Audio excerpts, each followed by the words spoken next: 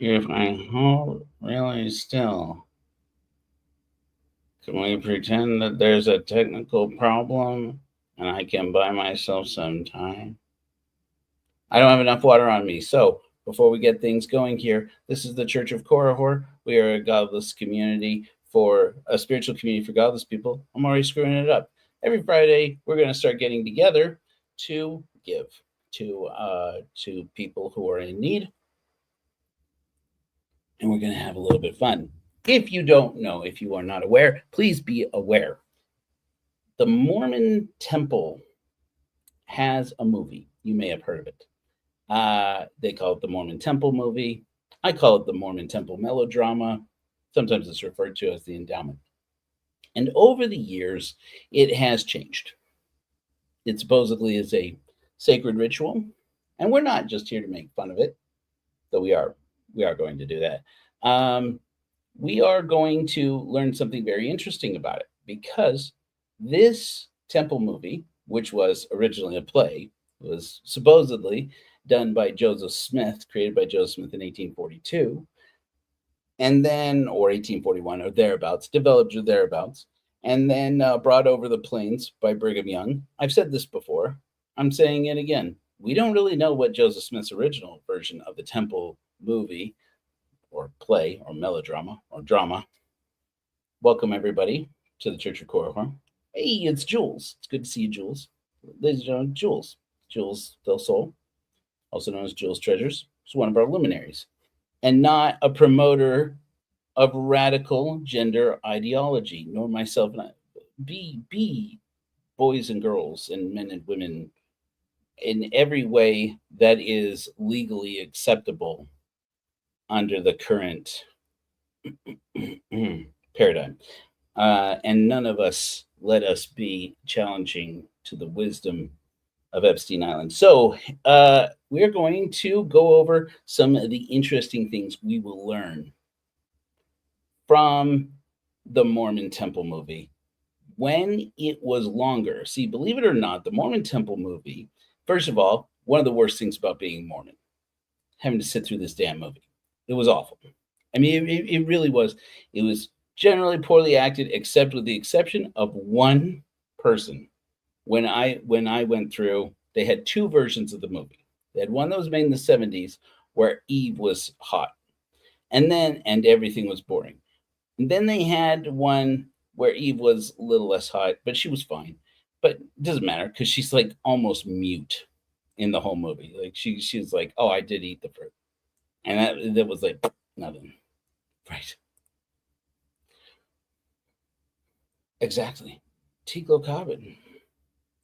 If you get that reference, you speak Iwakese or you're just a fan.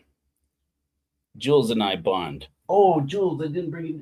I have Daughter of Alderaan in the car.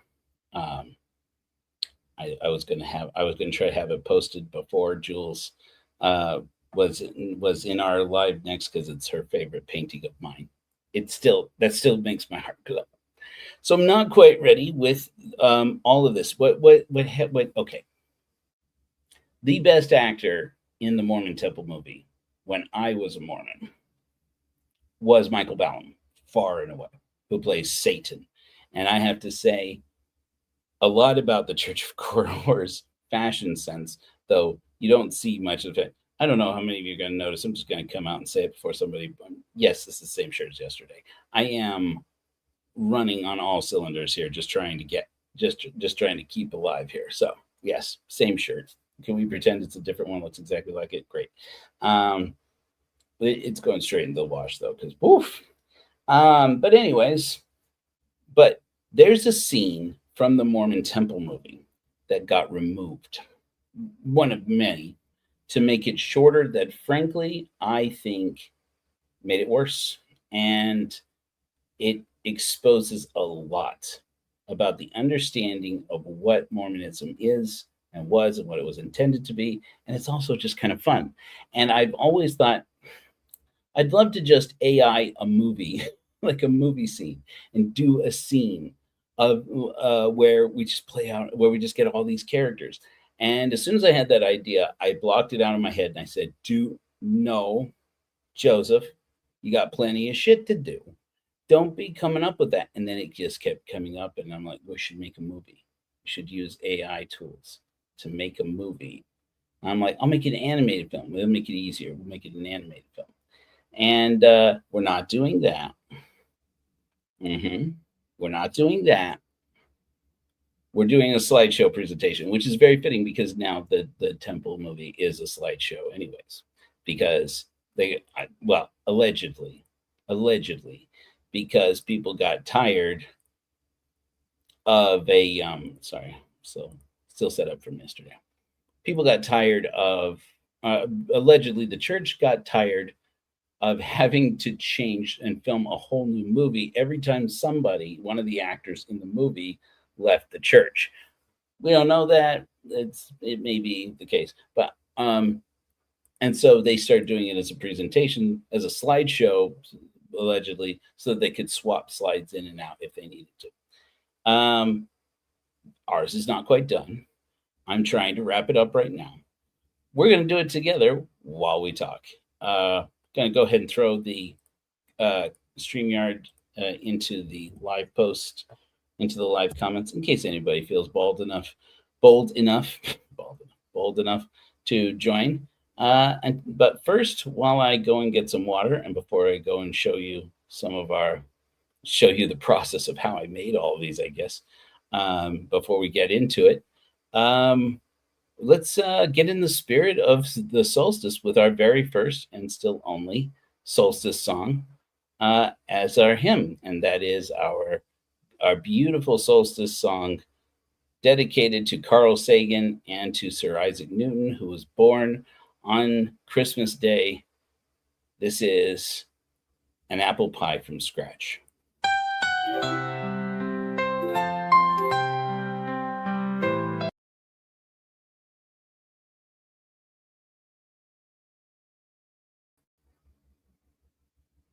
I say, this is an apple pie from scratch.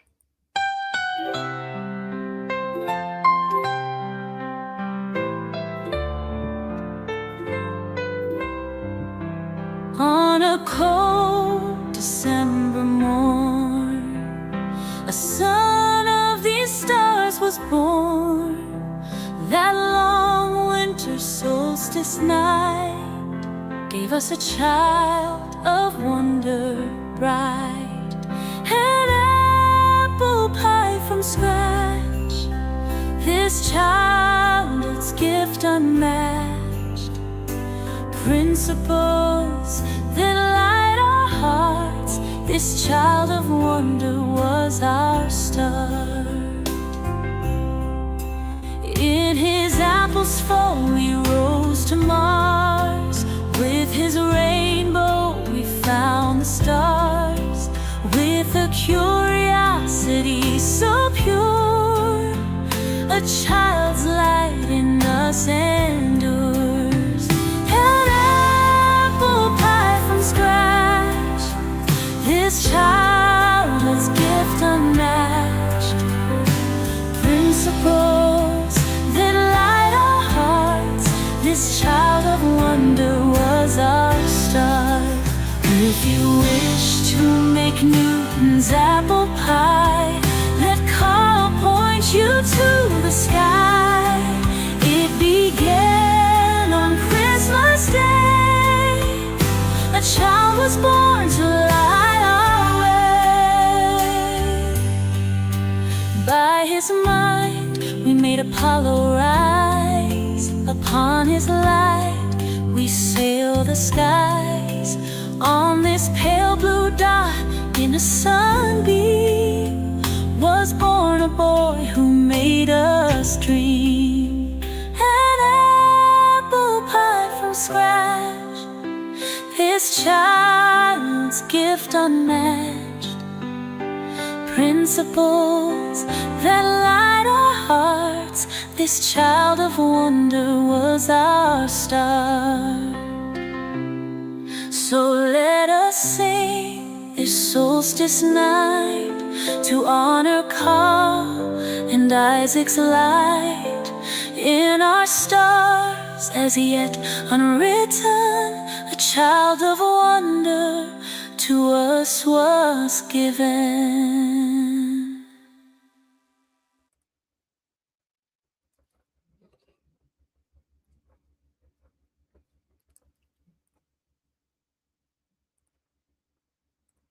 Oh, sometimes you just don't know where the buttons are, because here you are. Um, I wanted to have this done. It literally took like longer than I would like to admit. So I'm going to finish the slideshow while we talk. People are welcome to join if they want. Otherwise, I'm going to share with you my screen while I show you. I mean, maybe this is of interest to people, how I'm generating these panels for this slideshow. It is like so close. Okay, so share screen. Just share just this one. So this is Leonardo AI. The secret is out. This is how I do all of our AI generation stuff. This is me generating the characters. This is our preacher man skulking off. Oh, this is good. This one will work. Okay, hold on. So the purpose behind these Friday meetings used to be that we just like would shoot the shit. I would know for a while we did this where I would like talk about how we want to build a rocket and send it to deter a an asteroid that is apparently coming for Earth. Maybe a less than a 1% chance is coming for Earth. That was met with some scrutiny, and so we're going to put that on the back burner until it actually becomes a serious enough problem that people will take us seriously. So, but now our current mission is to try and get is to expand our mission to provide blankets to the unsheltered. We're going to instead do that for people.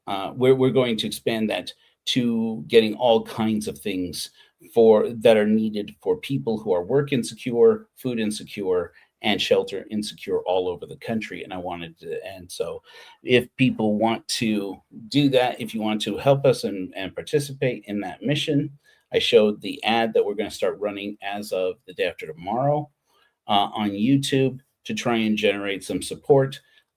People who can donate, you'll be able to donate blankets, you'll be able to donate sleeping bags, you'll be able to donate hot hands, camping stoves, all canned food items, baby formula, diapers, etc.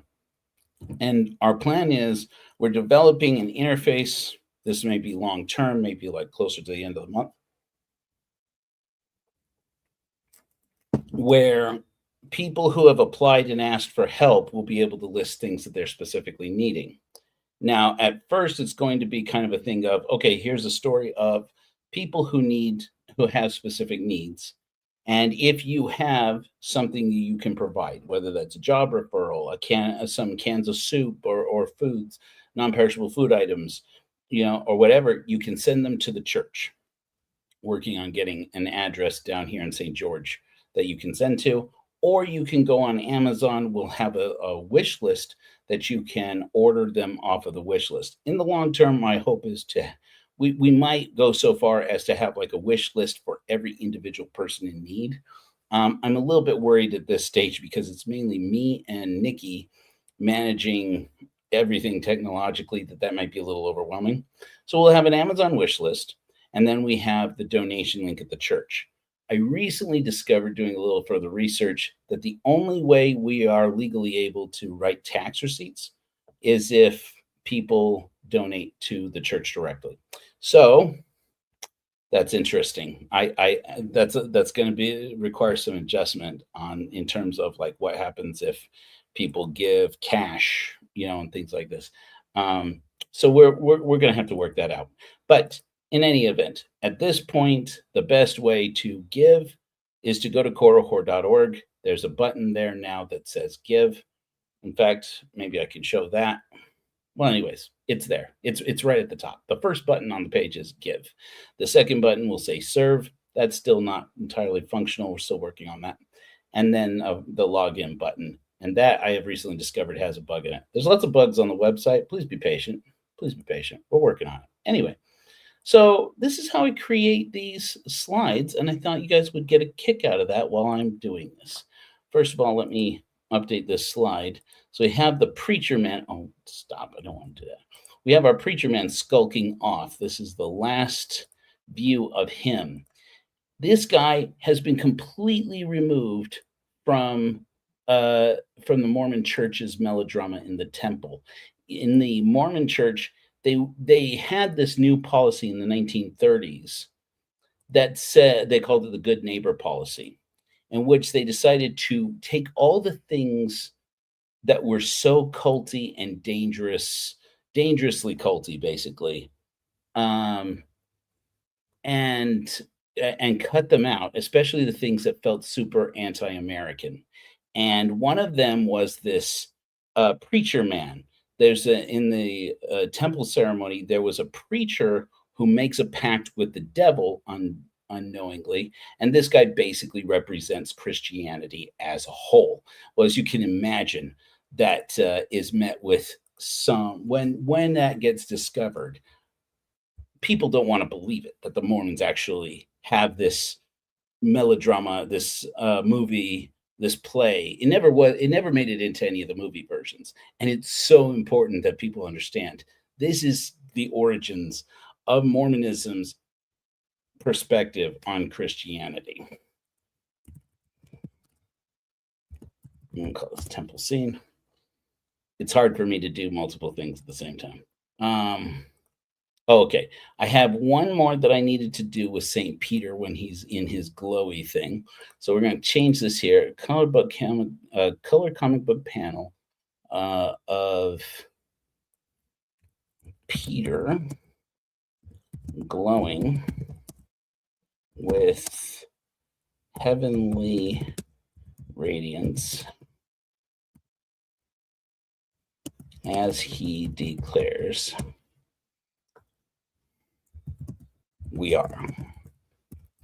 I don't know. Sometimes, you get going, you get on a roll, and then you just like forget one detail. I'm missing a whole panel here. So I can choose these. Well, I'm not going to explain everything here, but basically this is image reference. So I can pick another panel that I've already made, and then it knows, okay, this is basically where we're going with this. That makes it a lot easier once you already have the scenes, if you're doing something like this. By the way, this is so good. I've decided, what we probably need to do. I'm just checking StreamYard to make sure that, can everybody hear me back there? Everything's okay? Go into the comments if, whatever. Would you get a comic book of this? Because I totally would. It turns out really good. Some of the details are not consistent one panel to another, but overall pretty good. I'm gonna go ahead and generate this.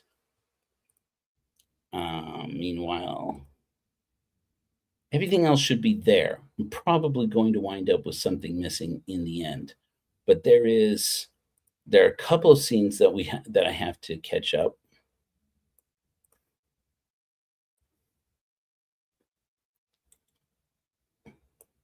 And then we should be good. As a matter of fact, we're not going to waste any time with those. We're just going to go ahead, and I'm going to go ahead and just put a placeholder there, and we'll just call it good enough. How about that? It's going to go right. Well, anyways, I'll take care of that here in a minute. Okay, so here we are. We have, why is he pointing like that? I don't want him pointing. I think maybe I just need to pick a different reference. I'll call it Peter. Some of the gestures, none of the gestures are entirely accurate to the secret codes and tokens and signs in the Mormon temple. That's not because I'm afraid to show the actual ones is because the AI is not great at rendering them, or I'm not great at prompting it and disclosing to the AI how to build it. But yeah, anyways. So while this generates here, I am going to go and place our conversation, and we'll call it good enough. This goes after. We do not blame you. We'll visit you again shortly. Boom, boom, boom. Okay, I'm just going to put the text here and say blah, and call it placeholder.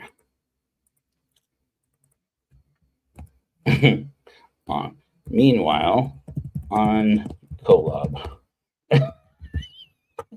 we'll just call it that. If you know, you know. Okay, anyways. So, okay, that conversation happens. We'll just call it that for now. We are. Good. Okay, so here's my man. He says we are. I'm going to download that. I'm going to put that into our movie. I swear, you guys, this is so close. Oh, for hell's sake, don't do that. You know, I feel like I have to explain myself on the AI thing. We're a poor church. We don't have a lot of money. So to compete with big churches that do have a lot of money, we use a lot of AI. AI generated music, AI generated images. And you know what? If we had money, we would do everything in a way that felt morally better. But lo and behold, we don't. So there we go. Oh yeah, let me put this other conversation between Elohim, God the Father, and the and Peter, James, and John.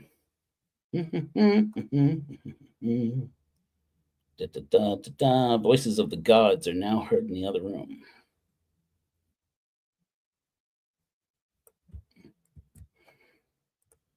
Okay, put that here. Call it. Meanwhile, on Kolob. Kolob, if you don't know, is the planet where God resides.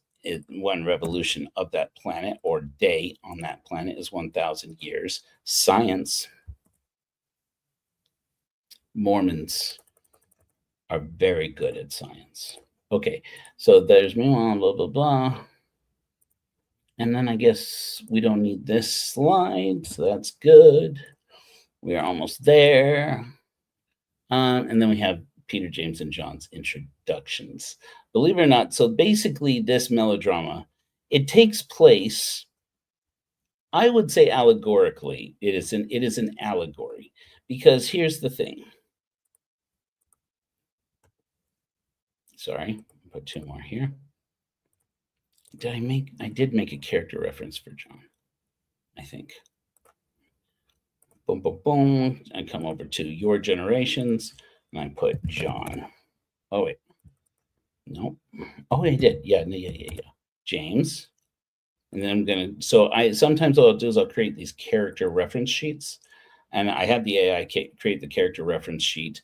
And then I tell it, this is the image reference.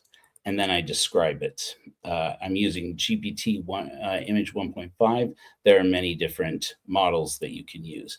Right now, GPT 1.5 is doing really good, especially with anything that has to do with text, which is, if you've ever done AI images, it's one of the things that AI is notoriously bad at. Well, GPT is getting really good at it. So let's see here. Oh, okay. So this is James, and I know the lyrics. Panel of James. Of the ancient apostle James, glowing with heavenly radiance, as he declares, we are. Or no, he declares, sorry, I am James.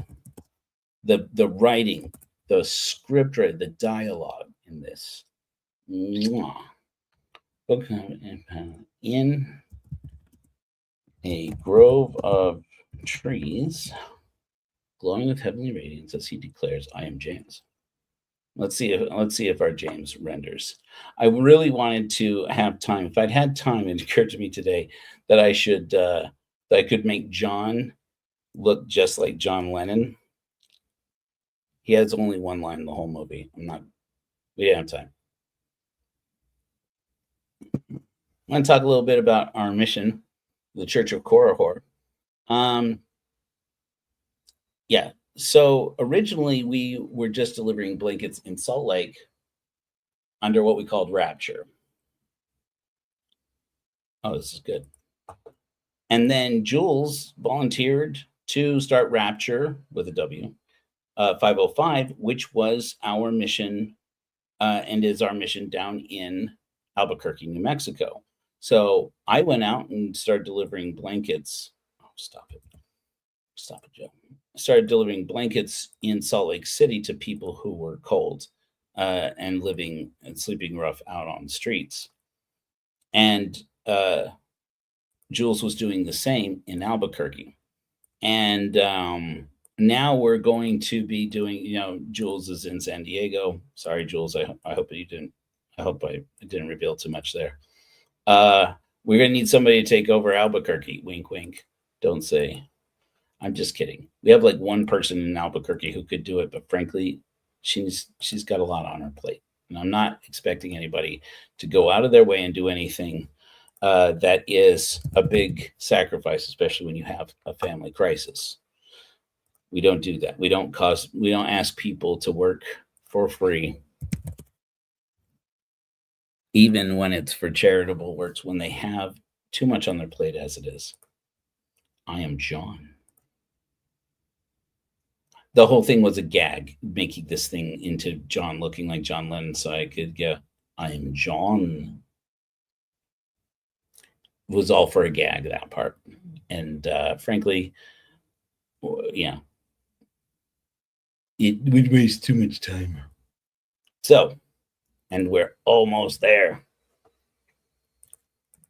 So, but now what I've discovered is I think that we can actually do more work, get more impact if we get volunteers as well as luminaries. So we'll have a handful of luminaries, that's ordained clergy for the Church of Korihor, who will be the ones who actually have things like people's home addresses, people's names, people, and so forth, because luminaries are ordained clergy who actually have background checks and who have signed a declaration to abide by our clergy standards of conduct, which include things like if somebody tells you that they've been abusing children, you are required to report it to law enforcement within 24 hours.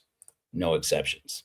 That's not because I am confident that law enforcement are going to handle it right, but because frankly, we're just not equipped to handle it. And that's the next authority. Also, wherever possible, a marginalized group needs to have somebody, an advocate, that is called to represent the person, the marginalized person, the person who is in danger, whether that's a senior or elder, whether that's a child, whether that's a person who is differently abled, etc.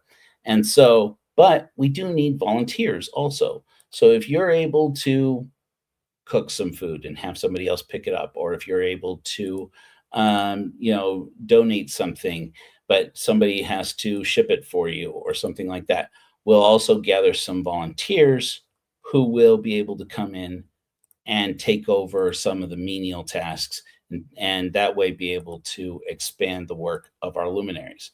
For the first little while, it's going to be a little bit of a pain in the butt.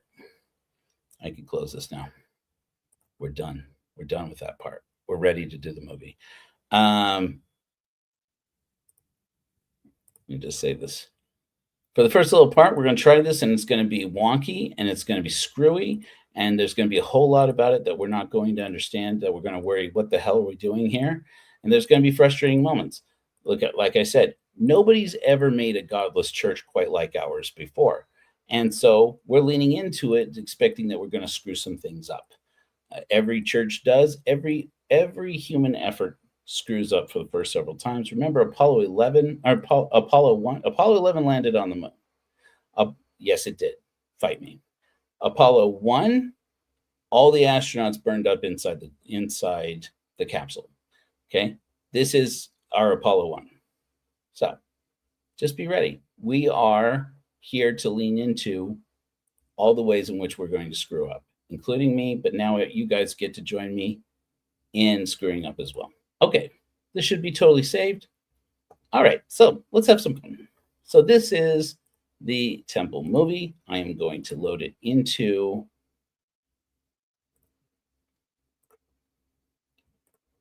I'm going to load it into our stage here. Let me first load the hymn, just so we have that ready. Yes, inside the Mormon temple movie back in the days when with the preacher that worked with the devil's preacher, they actually had a hymn that was sung as part of the devil. Very good question, Mary Beth. I was going to go to the Talking Points USA. I call it Little Nuremberg. I was excited for it too, but then I discovered that they were offering cash incentives for people to turn over anybody with promoting radical ideology, and I thought, if there's anywhere that I'm going to get caught, it's going to be in Phoenix at the TPUSA tour. So Little Nuremberg, not going to go. I have to follow level 1 when it comes to Little Nuremberg, but don't you fret. I am going to be showing up, and we're going to be having a lot more street sermons in 2026, and maybe even some in this year. Yeah. Basically, Jules and I were talking about this a little bit off camera. It's disconcerting. Basically, right now they are offering thousands of dollars for tips to turn over anybody who is promoting radical gender ideology, whatever the hell that is, or who is promoting anti-American sentiment, including anti-Christian sentiment, anti-Christian ideology, or anything that challenges traditional family values.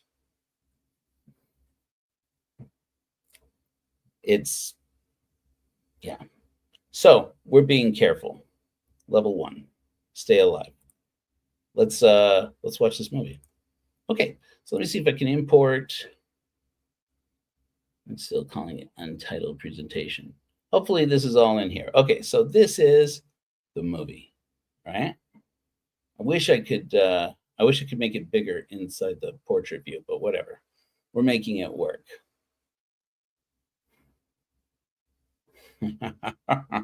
Yeah. Don't say anything that's going to trigger anything, you guys. Be super careful. Super careful. Let's just have some fun right now. Okay, so those, if you know, you know. This is from the 1931 version of the Mormon Temple movie. Some of you will right away and notice that it's different. In different versions of this, there's a moment where Adam and Eve in the lone and dreary world are praying at the altar, and Adam raises his hands high above his head, and in the Adamic language, which is the language that Adam spoke, Adamic language, declares Pei Le Ale as he brings his hands down, which becomes significant later in the ceremony. And Pei Le Ale supposedly means, "Oh God, hear the words of my mouth." By 1931, they had already changed it to, "Oh Lord, hear the words of my mouth." Go figure. But when they teach you to do it in the actual process, now I believe I think they do it like as one sweeping motion. You only have to do it once. But in any event, Adam in the ceremony starts out this scene, and it's going to be familiar to people who have been through the temple. And if you're worried, if you're out there and you are LDS still, and you're seeing this in the future or whenever, don't worry. This is not your current temple ceremony. It's the temple ceremony that was abandoned about 100 years ago almost.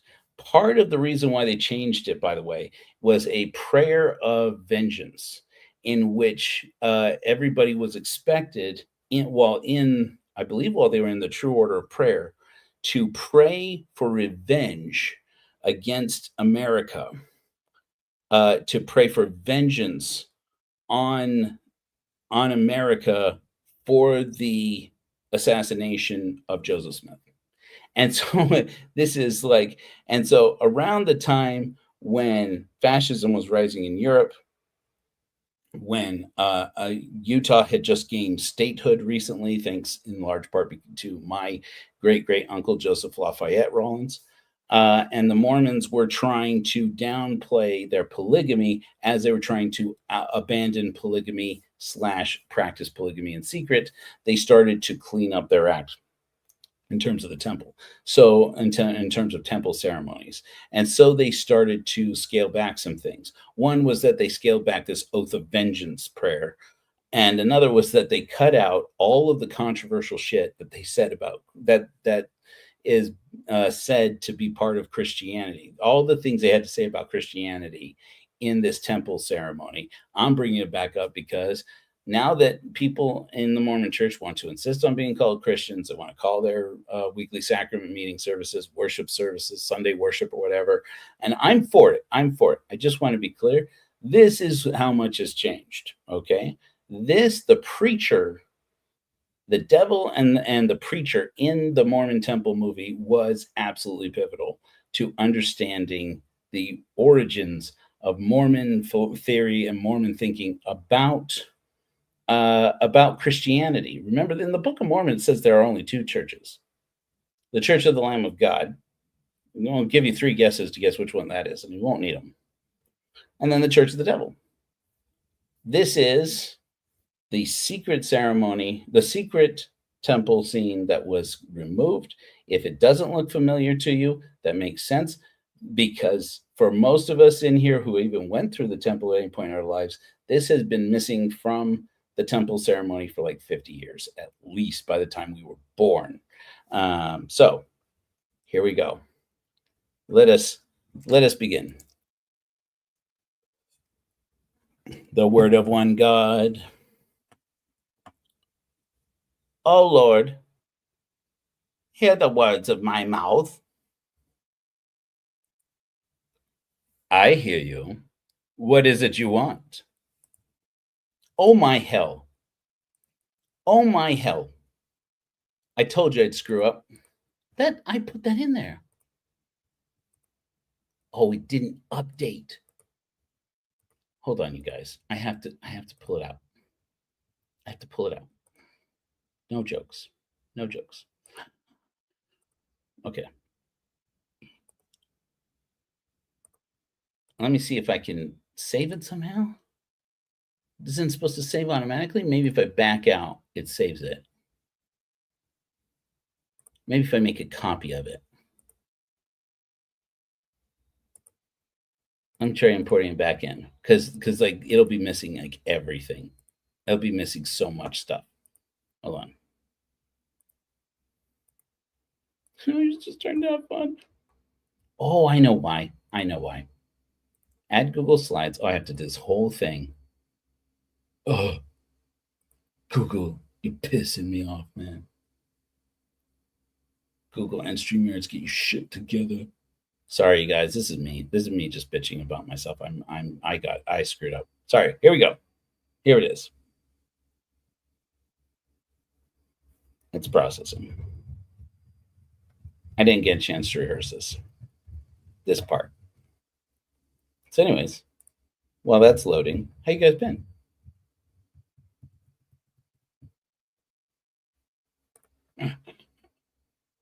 Yeah, I would never be able to get it to do the patriarchal grip. No way. Oh yeah, sorry. Okay, we got it here. Yeah, sorry. Add to stage. Here we go. Here it goes.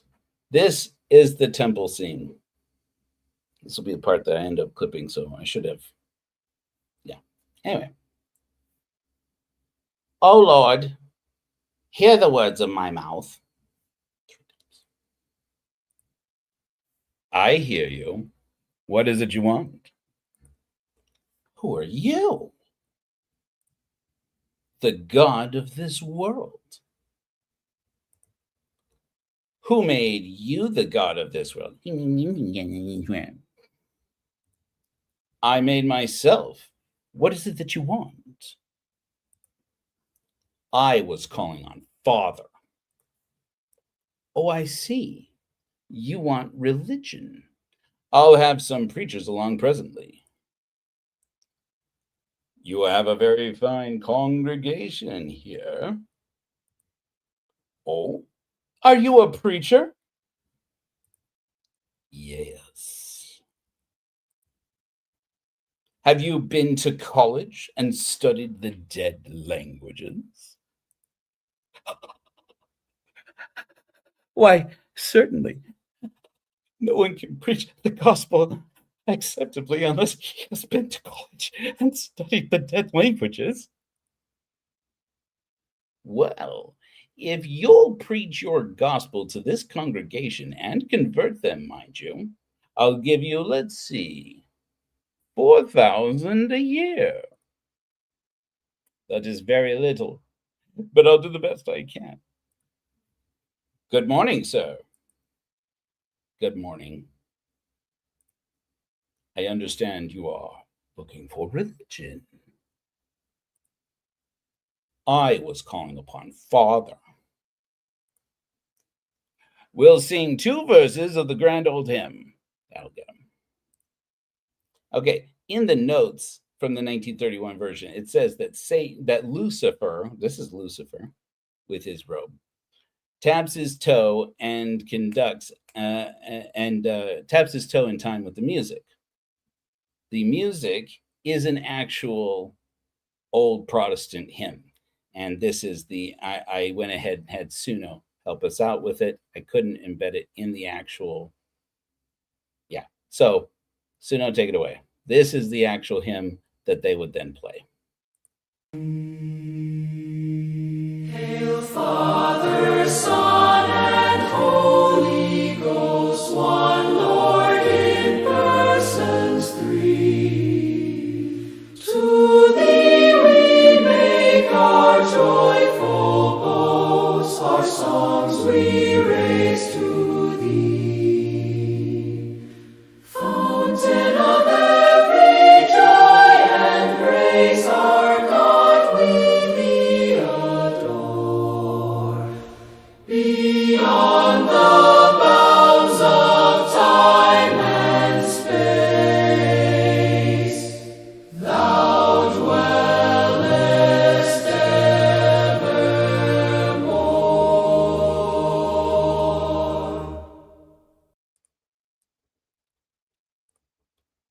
Do you believe in that great spirit, without body, parts, passions, who sits on the top of a topless throne beyond the bounds of time and space, whose center is everywhere and circumference nowhere, who fills immensity with his presence and yet is so small he can dwell in your heart? Do you believe this?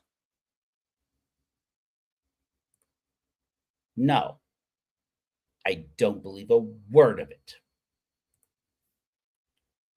Why, I am very sorry for you, but perhaps you believe in hell, that great and bottomless pit, which is full of fire and brimstone, into which the wicked are cast, and where they are ever burning and yet never burn. No, I do not, and I am sorry for you. Good job, baby. We are very, very sorry for you. What is it you want? I want nothing. I am awaiting messengers from my Father. Meanwhile, in Kolob, Elohim to Jehovah, that's the Father to the Son, or Father to Jesus, Jehovah, the man Adam, seems to be true and faithful. Let us send down to him Peter, James, and John. Jehovah, that is good. They shall go down. Hello? What is going on here? We are making religion. Indeed. What are you making it out of? Newspapers, novels, notions of men and women sugared over with scripture. And how does it take with this congregation? Oh, pretty well. With all except this man Adam, he does not believe anything. Good morning, sir. How do you like the preaching of this gentleman? Not at all. He tells of a God without a body and a hell without a bottom, into which the wicked are cast, and where they are forever burning and never consumed. I cannot believe it.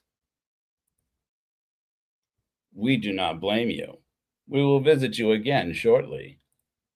Meanwhile, on Kolob, Peter reporting to Elohim, that's God the Father, we have been down to the man Adam. Lucifer is there with a preacher who is trying to teach him all manner of false doctrine. Yet amid it all, he still remains true and faithful. Elohim above says, go down to the man Adam in your proper characters. Give him the second token of the Aaronic priesthood. Instruct him to place the robe on the left shoulder and come back and report. They descend and, I am Peter. I am James. I'm John. Are you the apostles of our Lord and Savior, Jesus Christ? We are. Why, he said we should have no more apostles, and if any should come along professing to be such, I was to ask them to cut off a leg or an arm and put it on again, just to show they have come with power. He did that to deceive you. A wicked and an adulterous generation seeketh after a sign. We do not satisfy people's idle curiosity. Why, do you know who that man is? Why, certainly, he's a great gentleman and is at the head of all religious denominations of the day. Well, I can fully believe that. Why, that's Lucifer. What? The devil? Yes, I believe that is one of his names. I would advise you to have a settlement with him and get out of his employ. But if I get out of his employ, what is to become of me? Why, we will teach you the everlasting gospel in connection with the rest of the sons of Adam. Well, that's very good.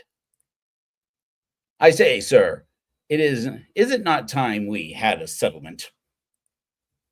Oh, I'll keep my word. I offered you 4,000 a year to convert this people, and by what I can see, they have nearly converted you. Get out of my kingdom. I don't want such men in it. He skulks away.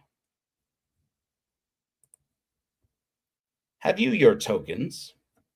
Those are secret handshakes. Have you got money? Enough for our wants. You can get anything in this world for money. Do you sell your tokens for money? You have them, I believe. I have them, but I value them too highly to part with them for money. I thought I knew you. Begone! By whose authority? In the name of Jesus Christ, my master. Ah, he skulks away. Everybody gets to, all the evils get a great chance to skulk away dramatically. Best roles in the whole play. Best roles in the whole play. Then Peter extends his hand. They do the token. That is not the token, not because I'm afraid to show it, but because AI doesn't know how to do it. Anyway, and I don't know how to describe it. What is that? The first token of the Aaronic priesthood. Has it a name? It has. Will you give it to me? I cannot, for it is connected with the new. with my new name. I did screw up a little bit of text. I cannot, for it is connected with my new name. But this is the sign. Brethren and sisters, these are true messengers from Father. Give heed to their instructions, and they will lead you in the ways of life and salvation. That took me all afternoon, but it was fun. I had fun. Once I knew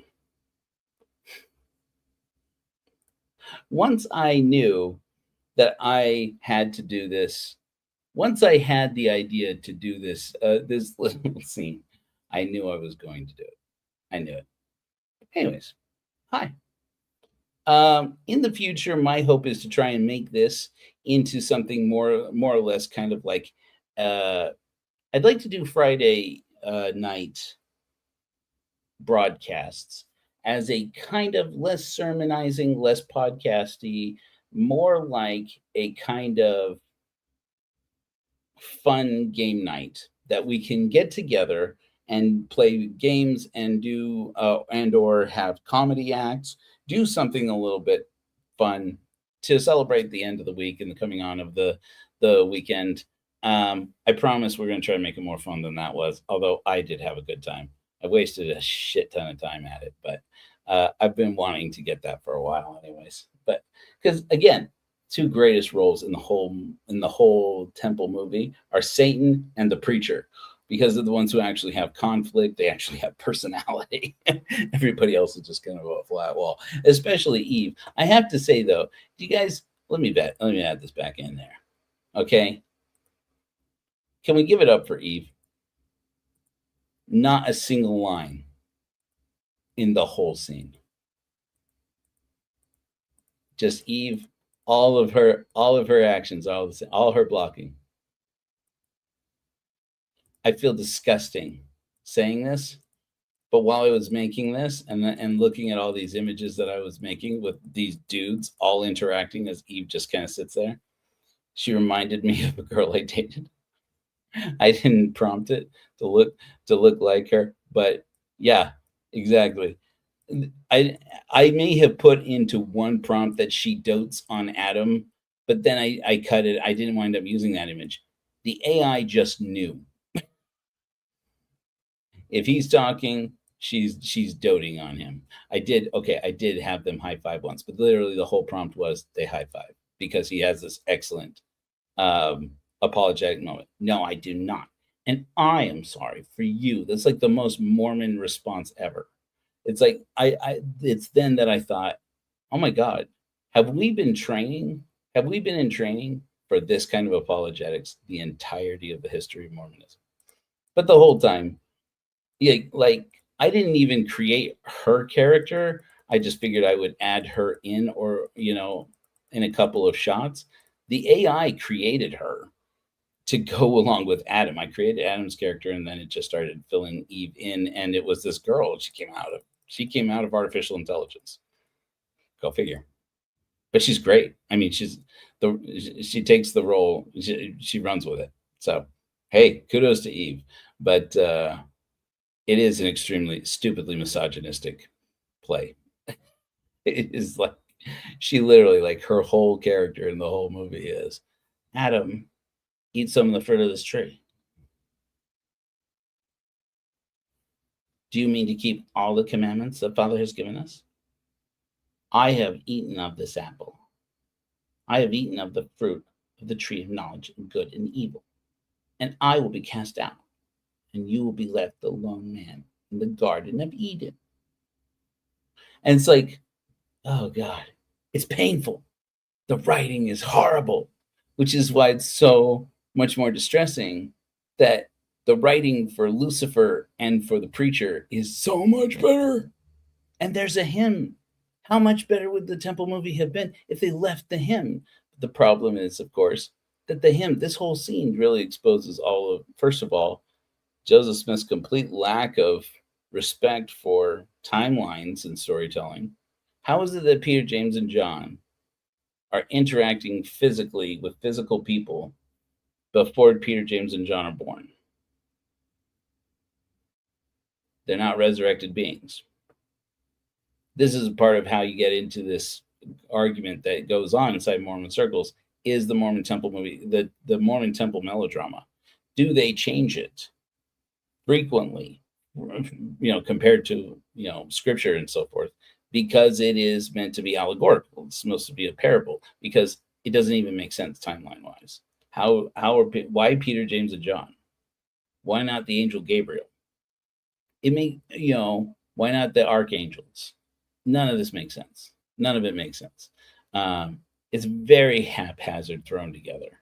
And frankly, we don't know how much of it probably was Joseph Smith's and how much of it was Brigham Young's. But anyways, in the future, I want to, I've talked to a couple of people who are comedians about the possibility of having like a comedy special that we'll do every Friday night, and everybody kind of gets together to have a to have a comedy night. Just kick back, have a laugh or two, and then we'll do it kind of like an infomercial style and say, we promote it out there to the whole wide world, try to get lots of people on board to come in and join in, and get people who are members of the Church of Korihor, part of the Church of Korihor, and then other people who are from the wider world to say, come on in, we're doing a fundraiser. And then we'll bring up individuals who are in need and say, here's this person, and they're in a pretty desperate situation. They reached out to us for help. Right now, I'm especially concerned because, there are lots of people in our, there's a lot of people in our community who are housing insecure.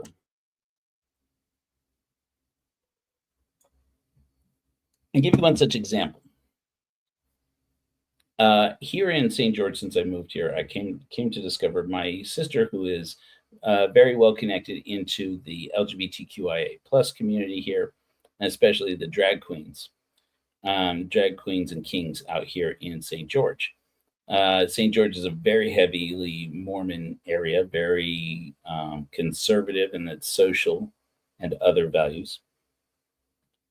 And at times, the LGBTQIA plus community here in Southern Utah is having to flourish in adversity, because down here, they actually, in the whole anti-drag queen craze, they actually passed like a city ordinance that said that you can't have drag queen performances, regardless of whether they are drag shows.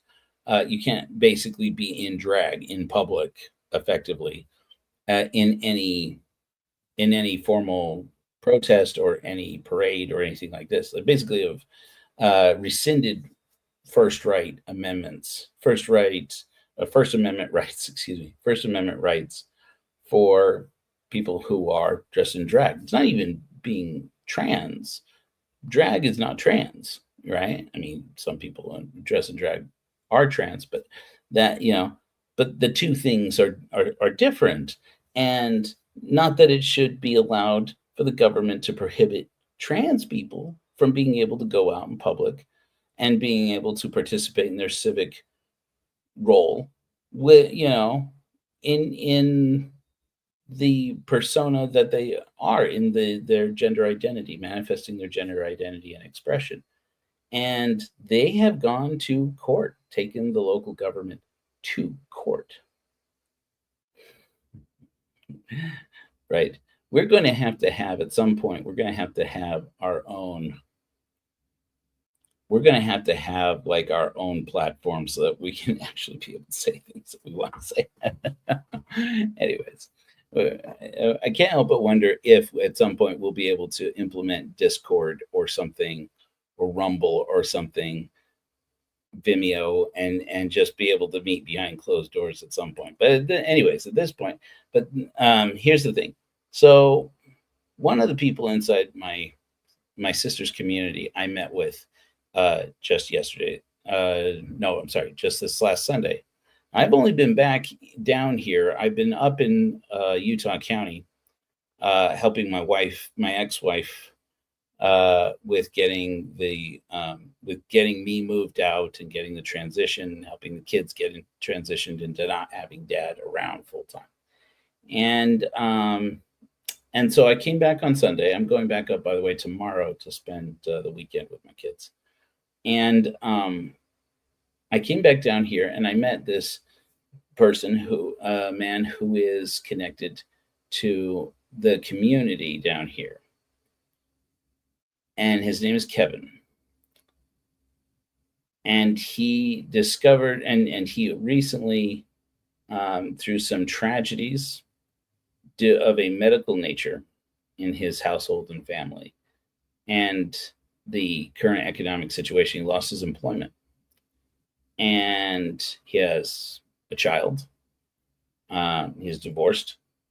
He has an ex who relies on him to certainly take care of himself and so forth.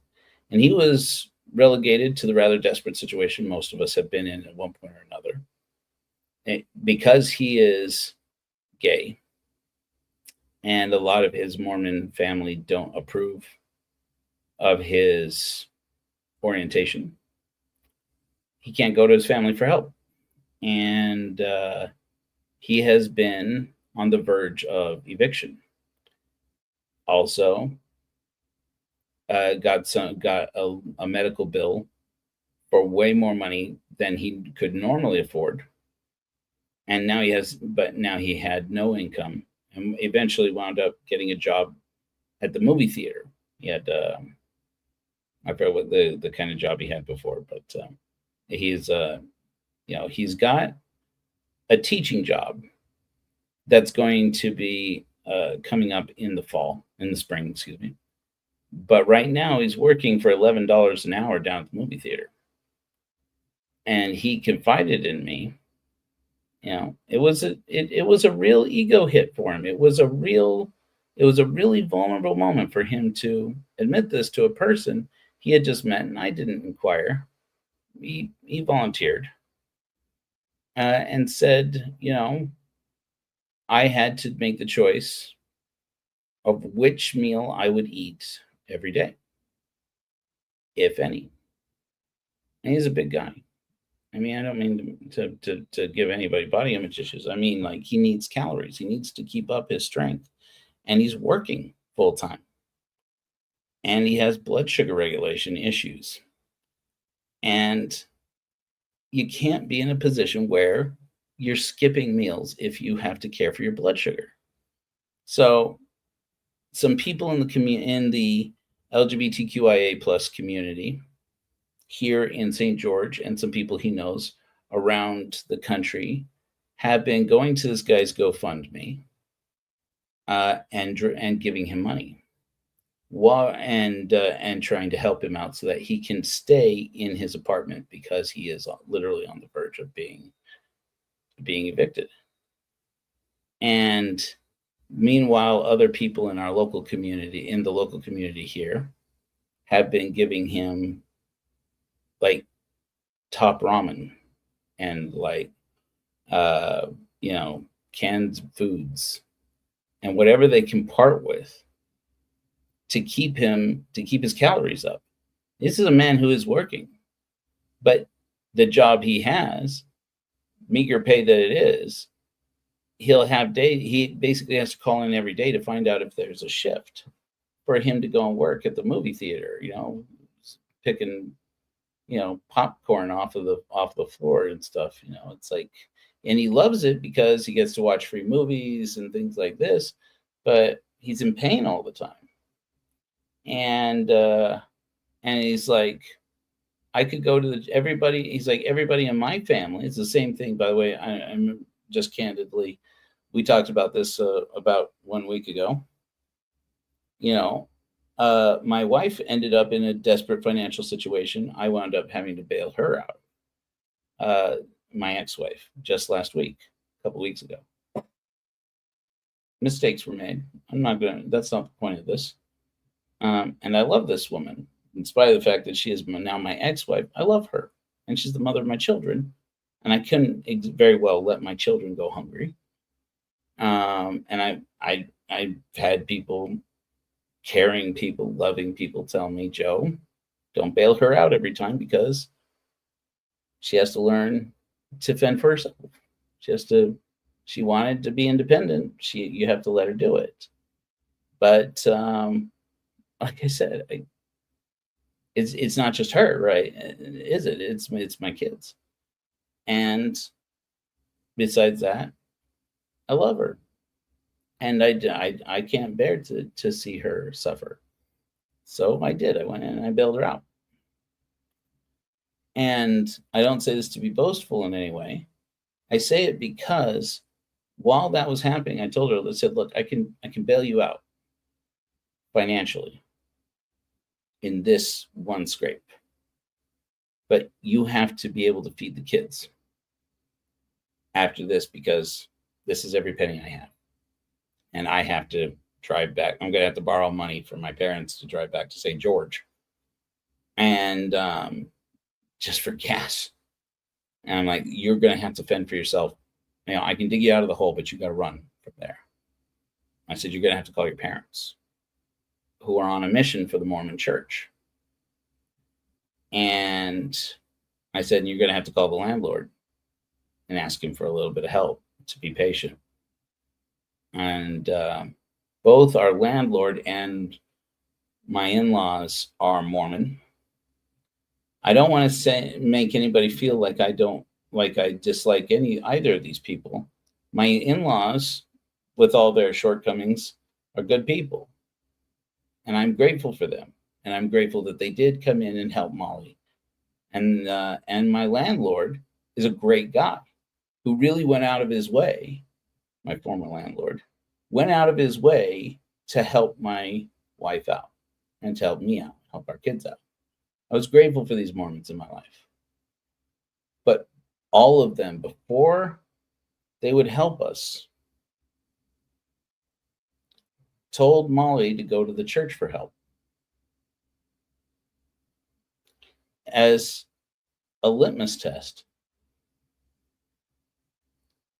And when Molly told them, I do tarot readings. I'm more witch than Mormon anymore. I removed my name from the church records years ago during the November 5th policy. And they said they don't care. Church doesn't care. The church will come out and help you. We'll do whatever they can to help you. So she did it. She wound up going to the church for help. My wife, my ex-wife, wound up going to the Mormon church for help. If you think I'm proud of that, you don't know me very well. Okay? I would have told her, I did tell her, don't bother with that. I will bail you out. I'll do the best I can. We'll go to my parents for help. We'll go to, we'll do whatever. We'll figure something else out. But she, on her own initiative, she went and she did it. She did the whole supplication. I am a wicked sinner. I can't believe I let God out of my life. Please, will you help me? And the church gave her some food that, I don't know if most of the food produced by the bishop's storehouse, I think, is basically inedible. They gave her a big box of cannery food. And I'm like, this isn't going to cut it. This food is awful. But, I'm like, it's not like they're ungrateful. They took it and they even ate it. And some of it's okay. But I said, no, we got it. All right, I'll see what I can do. Let me see if I can go to my parents for some help. And and then after that was when my father-in-law called my ex-wife and told her, I didn't like having to do that because I know you don't really believe in the church. You have to understand that we don't know what to do. We don't know what else to do. And so we gave you the same line we give all the kids. And then my father-in-law, who's on a mission right now for the church, gave my ex-wife $1,800. Said, have a Merry Christmas. It's easy to paint people with a broad brush, right? I'll tell you another story that's not quite as endearing. I was driving down the street. I'm not proud of this moment. I have my toxic moments. Those of you out there who think I have been working on myself, so I obviously have become a good person while becoming the spiritual leader of the Church of Korihor. Well, let me be perfectly clear with you. I have worked on myself, and I am a much better person. And then I was driving my sister to this lunch where we were meeting with Kevin.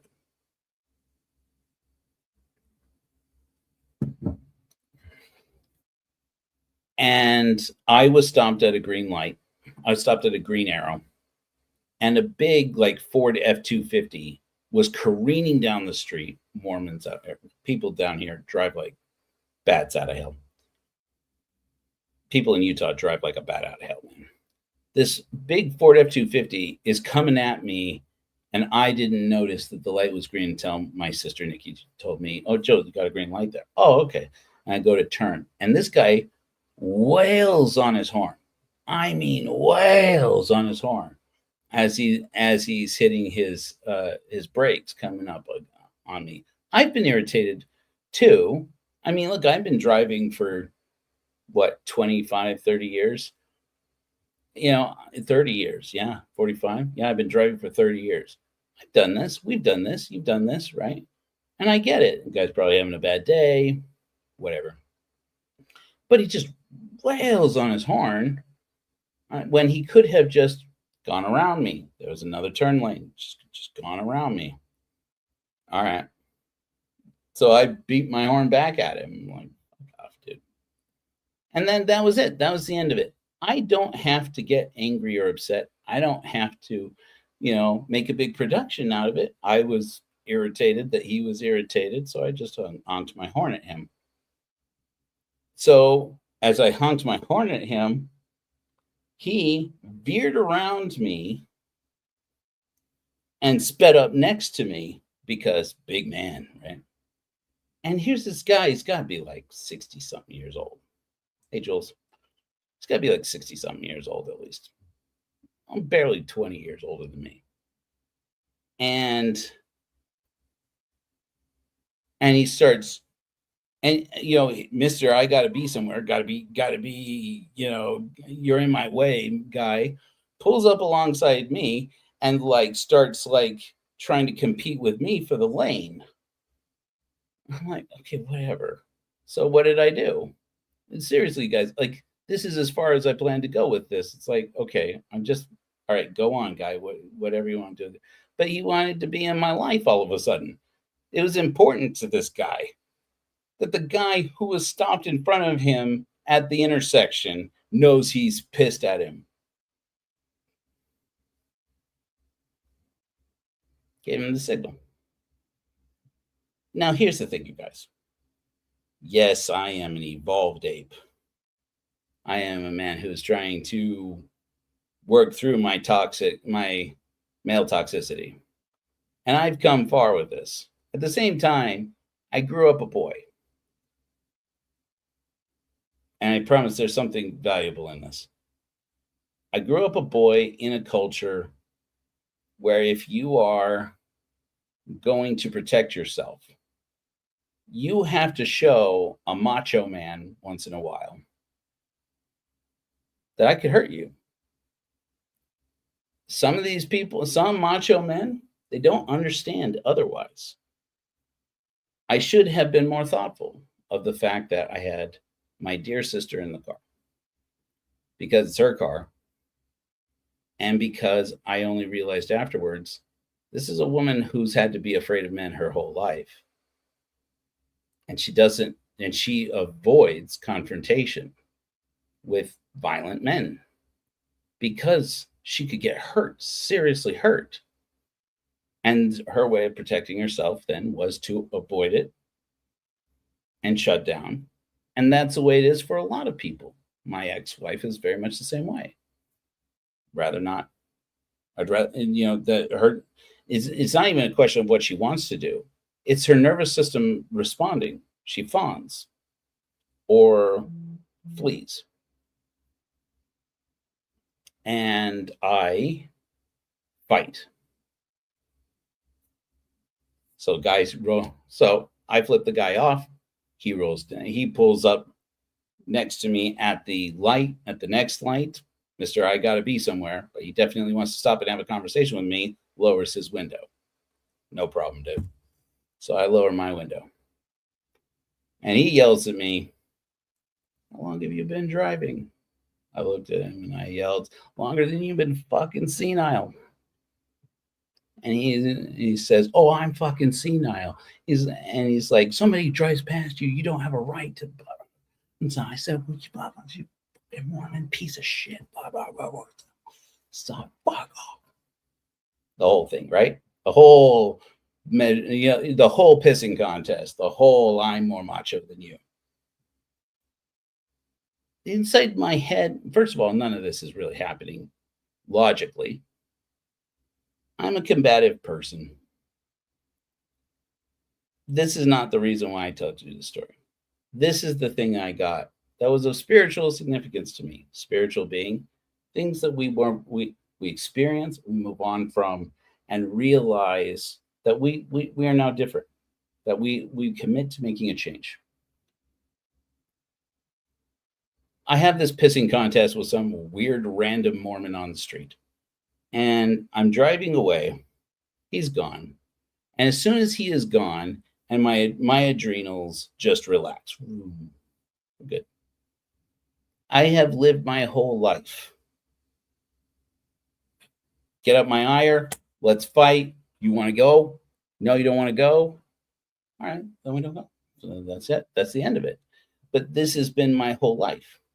Get up the testosterone, get up the adrenaline, go, let's go, come to blows, let's throw down and fight, or no. No, which almost always no. No? All right, then we're done. But my poor sister was totally triggered. And I felt so bad. The whole time we're out, and she's like, "You really leaned into that guy." I'm like, "Well, yeah, but it's over now. It's over." Because I'm like, "Yeah, but I mean, look, macho guys like that." Oh, I didn't mention this. I flipped the guy off. And then he takes this Ford F-250. We're going over a bridge. There is a bridge, the edge of the bridge here, the concrete barrier of the bridge right over here.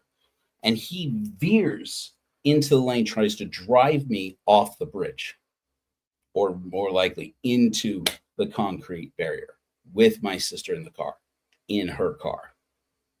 And that's the point where I said, "Oh, this guy's going to get it." Because in my mind, I immediately know this guy is violent. He wants to hurt somebody today. If he wants to hurt somebody today, in my mind, I'm pulling up. I see his car.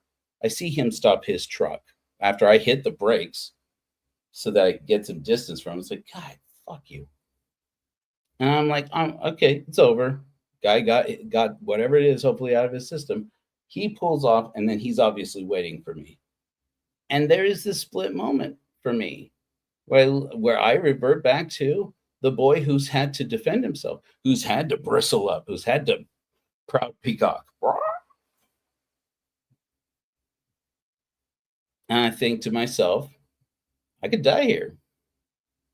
This could be how I go. This could be the end of Joe. If I don't square off with this guy right now, what's he going to do? And if I do square off with him, what's he going to do? Split second decision. Because it might make sense to say, well, if I don't if I don't feed this, he'll just get frustrated, pissed off, flip me off, and then drive off, call me a chicken or coward or whatever, and drive away. I know the type. I've been there. I've done this before.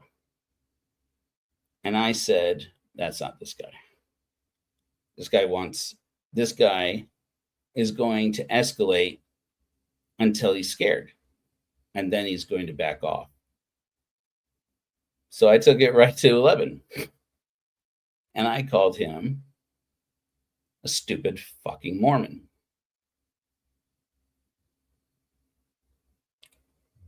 And God, light of reason be upon my beloved sister, who is one of the dearest people to me in the whole world, always has been. She was like, "Do you think that guy really was Mormon?" I'm like, "Yes." She's like, What made you think that?" I'm like, "Drives like a fucking asshole." She's like, "All Mormons drive like fucking assholes." I said, "When I'm angry, yes." Of course, I don't think all Mormons drive like fucking assholes. Everybody in this state drives like assholes. I don't know what it is. I think partly it's that they don't do. There's no requirement at all, nor encouragement really at all in this state for people to go through driver's ed. When I was a kid growing up in Arizona, you could get your license without going to driver's ed, but your parents' insurance rates would go. You'd get like a discount on your like auto insurance or something if you got your if you graduated from driver's ed. So in our house and most people that I knew, it's like you're going to driver's ed because we're not paying extra insurance to insure you. And Arizonans drive like crazy people. Have you been to Arizona? We drive like we're all aggressive drivers in Arizona. Here, they're just irresponsible. It's just like, yeah, let's endanger everyone on the road. So, anyways, but of course, not everybody who lives here is Mormon. They're just Mormons. And I've said this before. People laugh at me. I said, look, I know where the Mormons are. It's every time that I'm trying to get somewhere on the I-15. They're all on the I-15. In other words, it's easy to paint people with a broad brush. It's easy to get aggravated with somebody. It's easy to become defensive. And because you feel defensive in yourself and in your body, let that fight or flight instinct start driving you to, drive you to the most extreme, not just in the way you react viscerally in your body, but what you think. That feeds back into your thoughts. And that drove me to think this week about how many, especially as I've been dealing with some questions about toxic masculinity in the XMO space. I had a conversation, I'm not going to say with whom. I've had 2 conversations by phone with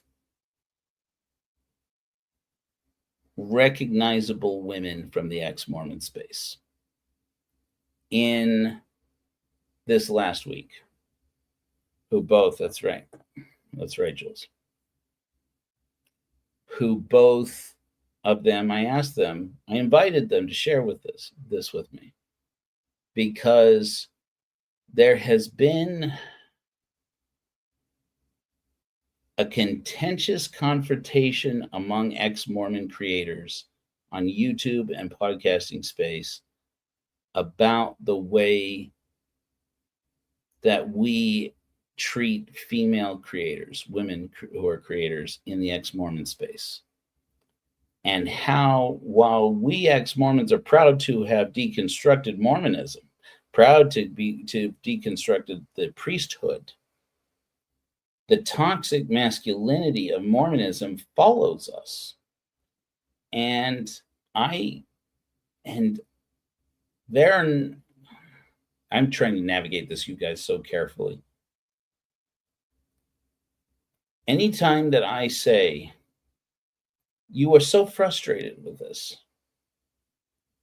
and I can't speak up, I can't be the voice on this, you have to say it for yourselves. If I come out and say something, even if it is to protect you or to advocate for you or to speak about the crisis that you are in, as soon as I put my voice into it with the purest of intentions, it is a dude speaking for women. And I can't do that. I would do it. I want to do it. But it's not appropriate. And I worry, because this is a space where a lot of women who are creators in our ex-Mormon space are afraid to speak up for fear of being retaliated against by men. And I just think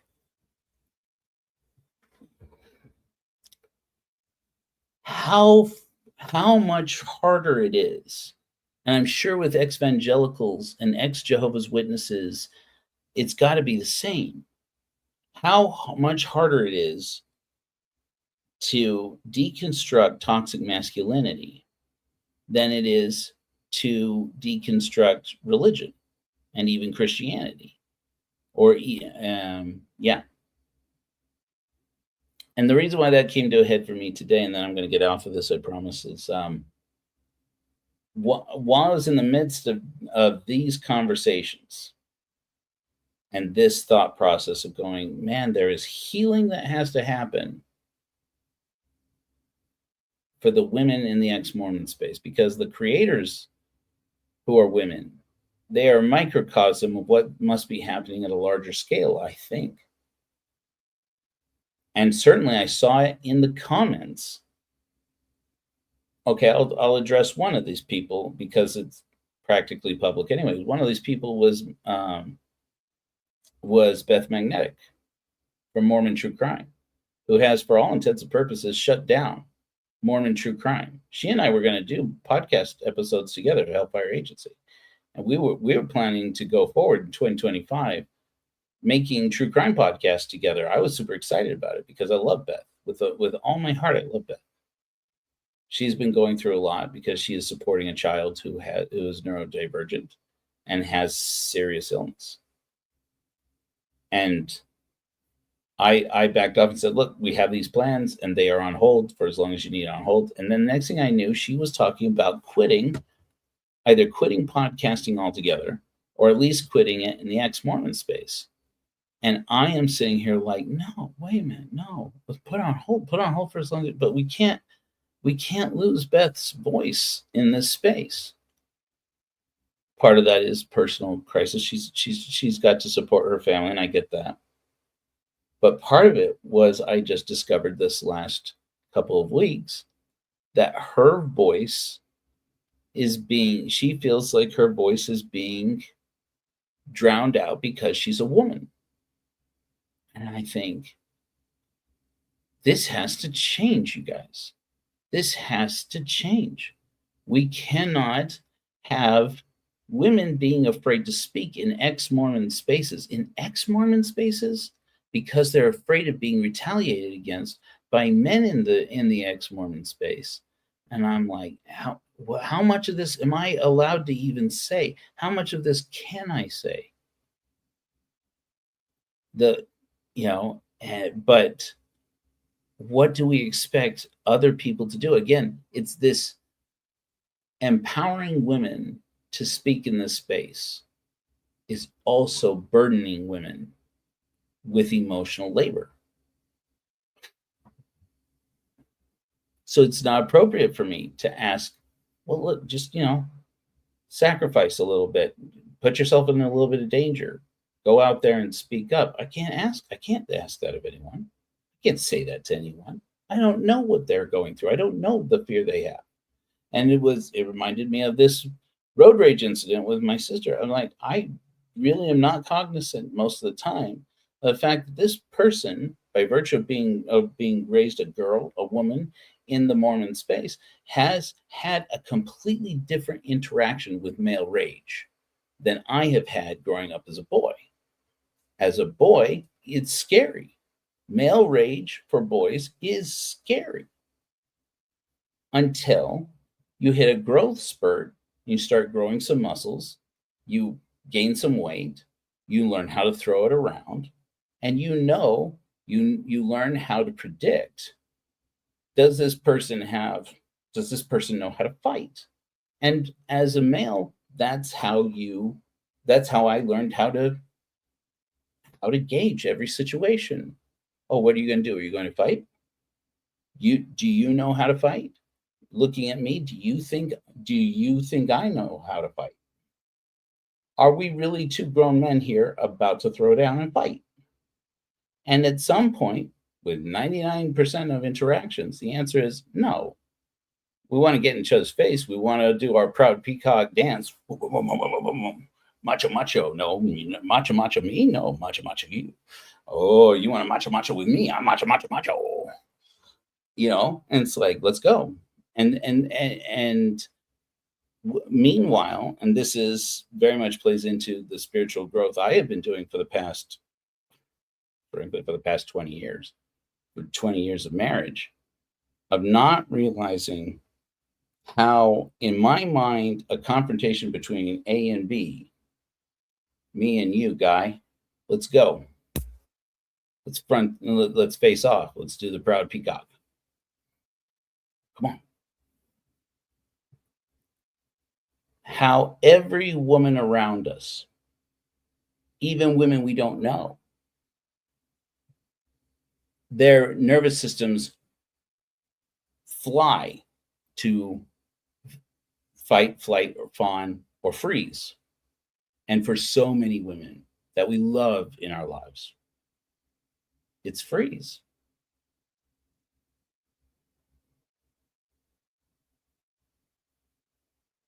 And it's just it's been only since I was a husband and a father, now an ex-husband, that I have gone through these various degrees of being able to acknowledge that my choices affect others, not because I am responsible for how other people feel,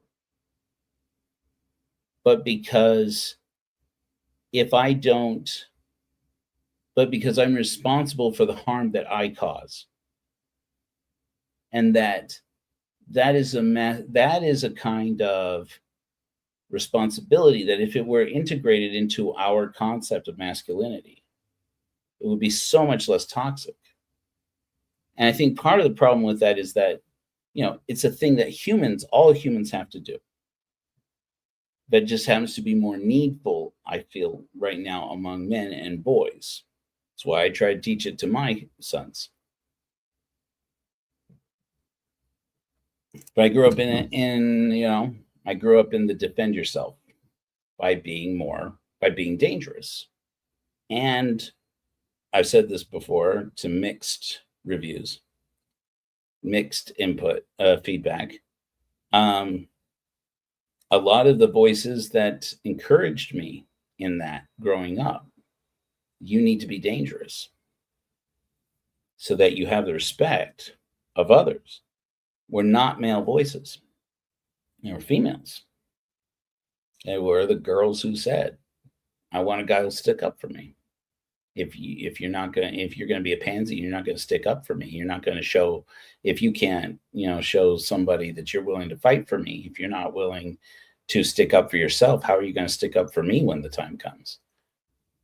And I'm not blaming any of them for this. I'm just saying this is the nature of this gender role dynamic, which is holy and divine, and I have no reason to challenge it. And I, shame on me for, if I should ever oppose what, the plan that Lord Jesus has for us in our life. Okay, friends over at Langley. Okay, is that good? Is that good? Okay, great. These gender roles, they have boxed us into believing that the harm that men cause to women is necessary. And that if men don't abide by it, they should be punished. What happens if you can't be dangerous? What are you? You're a loser. You're a sissy. You're a ninny. You're namby-pamby. Whatever it is. Whatever you want, all right? And so it just happens to be, not by any coincidence or miracle, but just so happens to be that all that happens in the same week that the Epstein files were supposed to be released. And some of them at least have been released, I guess. I guess we'll always have that. Jury's out, I guess, on how much wasn't released and whether or not we'll ever see those. But once again, you see this thing. Jules knows about this. Jules knows what it's like to grow up in the midst of toxic masculinity and have all those nervous system reactions. As a human being, we all have them. We all have this autonomic nervous system, right, Jules? We all do it. We all fight, flight, or freeze. The culture that we have tips us towards one or the other. Do you fight, do you flight, or do you freeze or fawn? And then, and so often, not always, so often though, it does divide along gender lines. And then we have people who get their autonomic nervous system worked up about saying that, about gender, about saying that gender is a social construct. Now all of a sudden they have to get pissed off. Why do you bring that up? How is that true? That's exactly the conversation we've just been having, isn't it? Is it that girls biologically, by basis of the glands that are in their body or the hormones they produce, that females, people who are born assigned female at birth, that they are not capable of fighting and defending themselves? That's not true, is it? People train small girls who have small frames. It's not small like young. I'm sure they start training them young, but who have a small frame and not a lot of muscle mass, train them to defend themselves, send them to self-defense classes to train them. This is how you take somebody twice your size and throw him. And they do it. And those girls are terrifying. Okay? Physiologically, there's no reason a girl can't defend herself physically. Why she can't decide to accelerate that confrontation to violence. The social expectation is that if a man puts you in danger, be grateful that he at least is dangerous enough to protect you. And then we have all these young women, because they needed money, because they wanted respect, because they needed male role models in their life, end up in the clutches of men like Jeffrey Epstein. And we're supposed to say that is the responsibility and fault of these men who would exploit these young women, these girls. Certainly they bear the worst of the responsibility. But did we or did we not create the conditions? Did we and coincidence and circumstances not create the conditions that drove those girls into the arms of these predators? By making them respect the dangerous men, by making them desire dangerous men, or at least to make them aware that if you catch the right kind of dangerous man, you may be safe from other dangerous men. We created this problem. And I think that part of that is why we all are so worked up about the fact that nobody's getting punished for it. That the closest we're getting is Andrew. Prince Albert's different. It's a different thing, friends. There were Princes Albert, but no, Prince Andrew can't become king. Oh boy. Now he can't become king and he has to go get a job, which is probably what? He's going to get he probably is, on the board of directors of probably half a dozen pharmaceutical corporations as it is. He's probably going to be fine. And is he going to prison? Let's hope. Let's hope. Here in England, is it ever going to happen?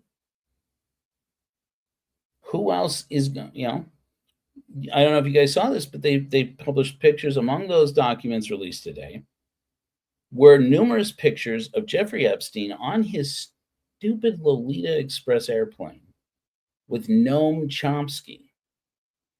Noam fucking Chomsky? Are you kidding me? I mean, it was a moment that I looked at it and I said, be AI, be artificially generated. No. Real. Noam Chomsky. I posted on my Facebook and I said, all right, fair enough. Chomsky's out. I've had a lot of respect for this man. Okay. Frankly, I had a lot of respect for Bill Clinton. I knew the allegations against Bill Clinton. Far beyond Monica Lewinsky. Let's face it. For all the hell that poor woman has been put through. How much of that is her fault? Yes, she lured, Hillary would want everybody to know she lured my husband with her what? Her young body, her inexperience, her desire for a man to recognize her, a powerful man to recognize her, to love her, to feel special. How dare you? Jezebel. What do you expect a girl her age to do when the most powerful man in the world shines the light of his attention on her? And for a small sacrifice of some intimacy, she could be Marilyn Monroe. And frankly, who wouldn't want to be? Unless, of course, you remember what happens to Marilyn Monroe. But, you have that situation. And then all those other women who accuse Bill Clinton. Are some of them lying? Maybe. But frankly, who would do that? For the amount of hell they catch, who would do that? Who would want to go through that? There's nothing glamorous about that. And it's like Harvey Weinstein. In Hollywood, there was a long time. I didn't work in Hollywood, but I worked Hollywood adjacent. There was a long time after the first accusations of Harvey Weinstein came out. A lot of us would say, it's just not possible. Harvey Weinstein is one of the most well-respected producers. He's a genius, and he is. As far as producers go, he was the guy who took independent filmmaking mainstream and made it possible for people to make money using a proven system that became basically known as the Weinstein system, he and his brother. And for a while, people said, I remember people all around me saying, I don't know how it's possible that this happened and none of us had ever heard it. And then it was when Selma Hayek, I believe, came out with her accusations that people went, oh shit. Then all of a sudden everybody had to take it seriously. And then all these women started coming out of the woodwork who felt like they couldn't break the silence until she did. That she gave them the strength to come out and say it. So to say, oh no, some women, whatever, fill in the blank, misogynistic thing. I don't even want to put any more misogynistic phrases coming out of my mouth right now because I'm just so disgusted with myself even saying this much. But we find ourselves in a situation where it's like Bill Clinton, who was surprised? Oh yeah, Donald Trump came out and said, yeah, Bill Clinton was on those planes. Yeah, well, we expect that from Bill Clinton. And did we clap for him? Yeah. When he gave like that fiery speech at the DNC when President Obama ran for re-election, and everybody said, wow, who let Bill Clinton overshadow President Obama? Wasn't it President Obama? Who let President Clinton overshadow President Obama with this amazing speech? And the whole time, every person who said that, I'm remembering some things from days when I was more politically active. How many of us knew this man assaulted women? Never mind shady business deals in Arkansas. We knew that. We've known that the whole time. I was alarmed as I got politically active, well after the 90s were over, how many people all over in both parties knew in the 90s Bill Clinton was dirty with political corruption, rife with political corruption. Everybody knew it in the 90s. They looked the other way because they just didn't want the moral majority to have dominance. We got talked into believing, yeah, maybe he assaults women, maybe he makes, dirty money on the side, maybe he's bought and purchased by the financial sector. But what do you want? Be realistic. All of your politicians are going to be corrupt. And I'm sitting here going, and I can only look at it now with retrospect and say, it's one thing to vote for him. It's another thing to say, to be silent and say everybody shut up about the man's past. Vote for him because he's not the other guy. But say, I don't like what he did to that girl. I don't like what he did. And where's the cutoff? At some point, we have to, this whole lesser evil problem we have, not just with politics, but with the movies we consume, with the celebrities we allow into the space and that we platform. It's frustrating, man. Anyway, we were having fun, and then I started to rant about toxic masculinity. I felt like it's needful because right now in the ex-Mormon space,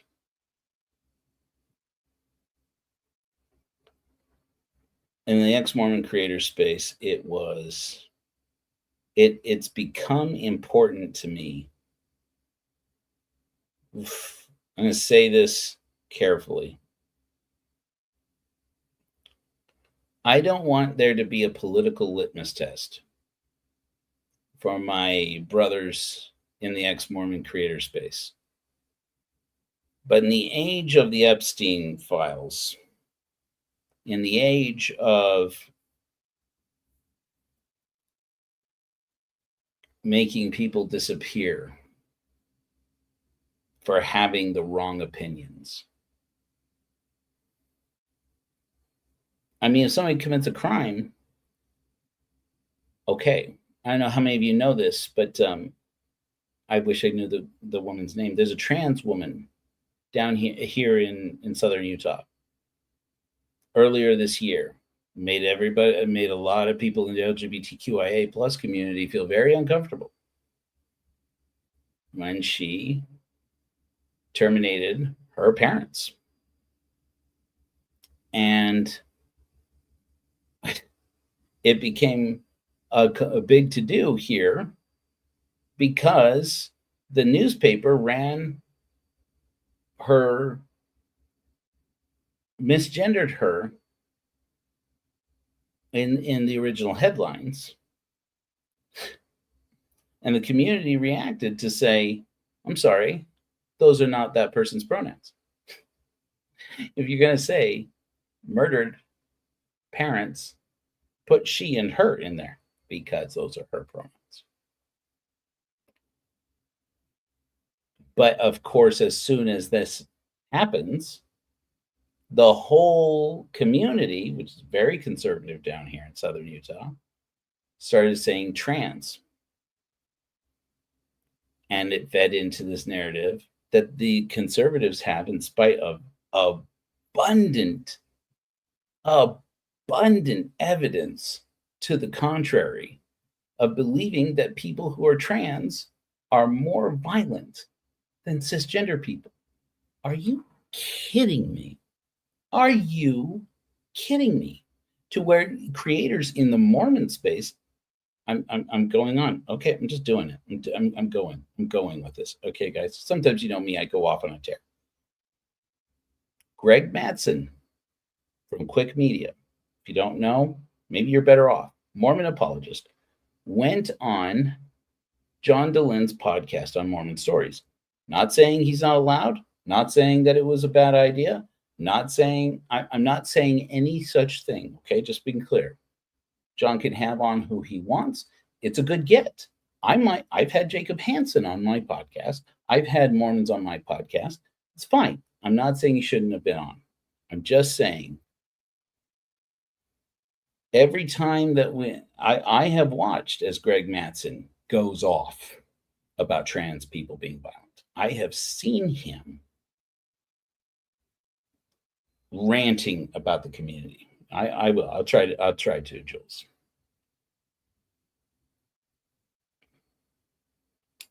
And it infuriates me.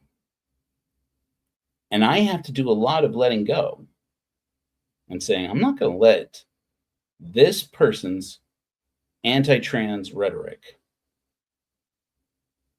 ruin my day, but I am going to feel it right now and let it come up. I'm not going to quash it down because that's just going to poison all of me to pretend like it doesn't piss me off. It pisses me off. As a person who loves trans people in my life, and as a person who believes in equality, pisses me off. And every time we platform people who defend predators and don't mention the predation or don't allow at least some mention of the predation. Talked about this just yesterday about how Karen Hyatt had her interview on Mormon Stories, and John was a gracious host. Not saying he shouldn't be, not saying that he isn't. That's right, Jules.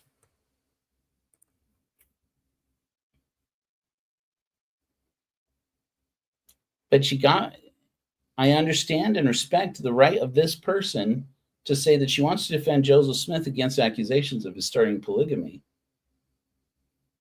because she believes that he's a good person, without mentioning that means what you're saying is that people who support polygamy are bad people.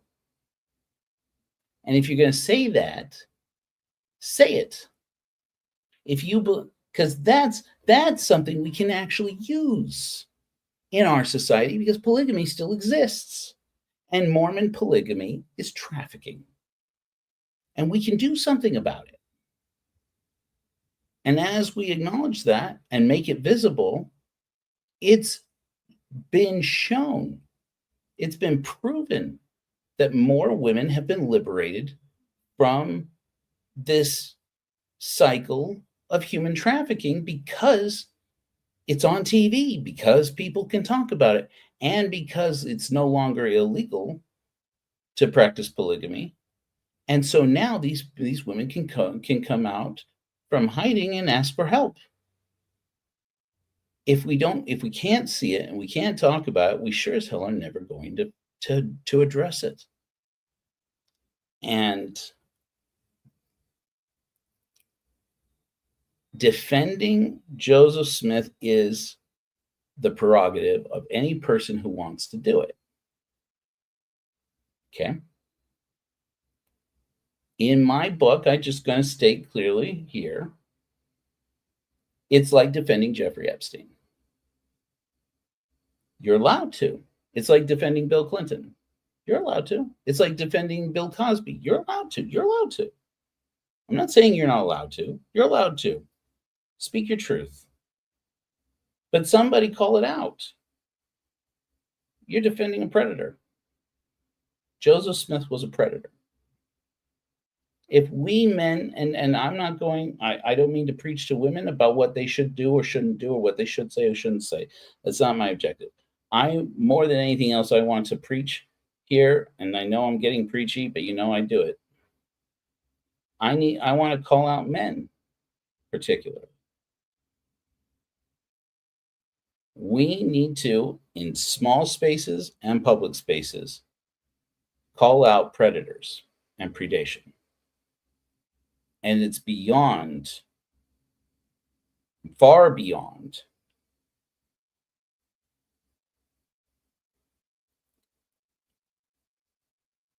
the commission of an act of violence against a person described in the actual physical act. It's beyond the physical act. It's beyond the danger, the physical danger. It's the threat of danger. The physical danger is critically important to recognize, but it's the threat of the physical danger that people around us, not just women, but children, not just women and children, but homosexual people and trans people and people who don't fit conventional gender roles. I'm not saying, dear friends in Washington, that there isn't yeah, not promoting any. I'm just saying I think we have to be more careful as men of recognizing that by existing in a space where people who are not male at birth, assigned male at birth, by being in that space, we are elevating the stakes for harm, and the pressure from the threat of harm is constant. And I wish I'd known that earlier in my marriage.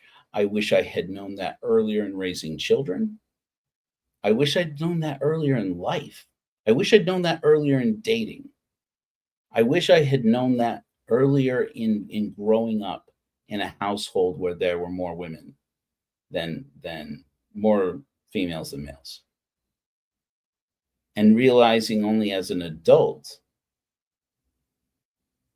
well, I guess that's true. And having at least one, only as an adult did I come to realize that all my life I have been a threat. And that every time that I learned to defend myself by showing that I was capable of violence, I was making every woman in my life, every female in my life, feel unsafe.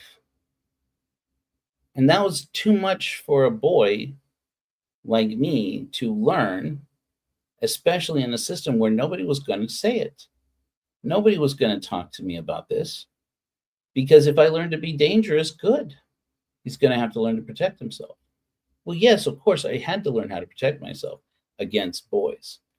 But I also had to learn, as part of masculinity, I wish I had also learned to think of just being here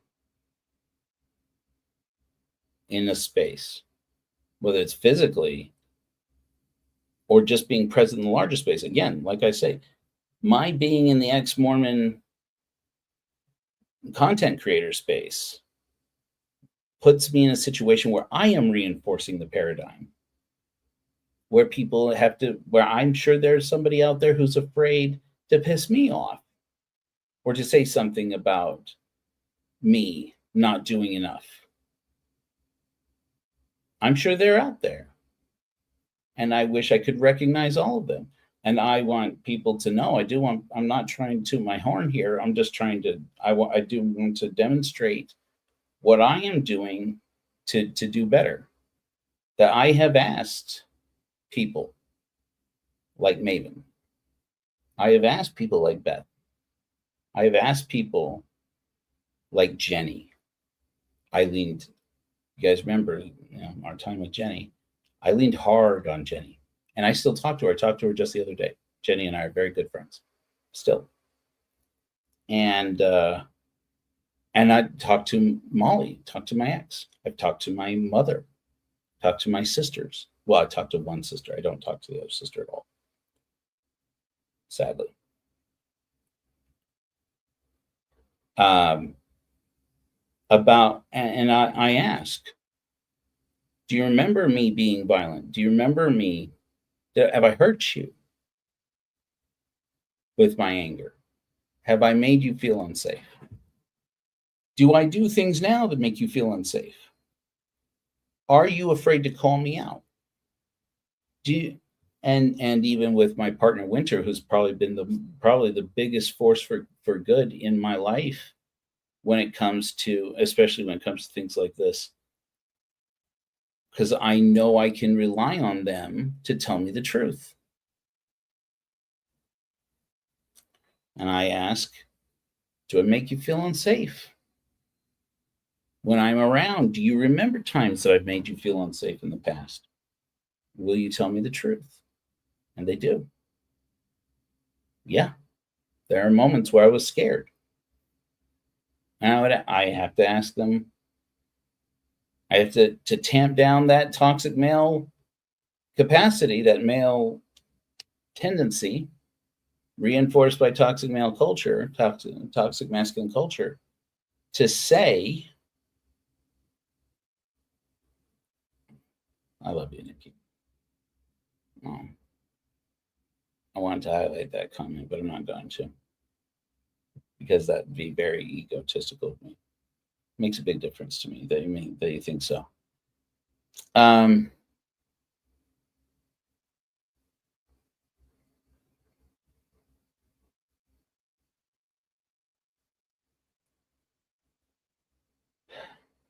If we don't make a change where men are willing to call out men, nothing will change.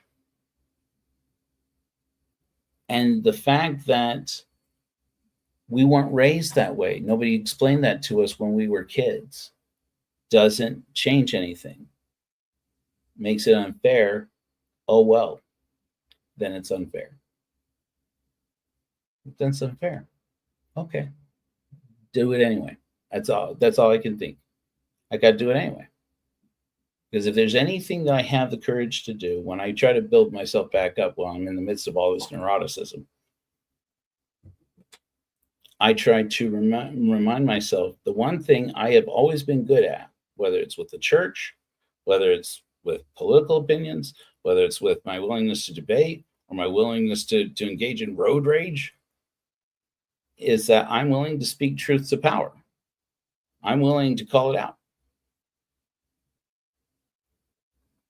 And I'm willing to assume the risk, and I'm willing to be publicly shamed if that's what it takes. And I'm willing to say I'm sorry. And I'm willing to be humiliated. And, I'm willing to have that happen if it means being able to stop and say, but if I'm part of this, then stops. I'm stopping it. I can speak truth to the power within me, and say, I'm not going to do that anymore. And how I wish that I could not only go back and take away the hurt that I have caused others in the process of learning that, but how I wish I could go to especially all of the assigned female at birth persons and all women. I don't even know how to approach imagining what it's like for trans women, other than to ask them. It's another name, Evan Charlie. I've asked Evan, I'm sorry, did I do something? Did I hurt you by saying this? I wish you would tell me. I tell you this story. I've told this story before. Some of you may have heard, maybe not. And I'm going to just briefly touch on it because now I know I am full on ranting past 2 hours now. You guys know Evan Charlie, who is a trans woman, who I am very glad to say I've communicated with as recently, and is apparently in a safe place. And that is a big relief to me because there was a scare. And I had a conversation with her after my conflict. This is just like another one of these road rage situations where a man and I faced off. And the man's name is David Fairman.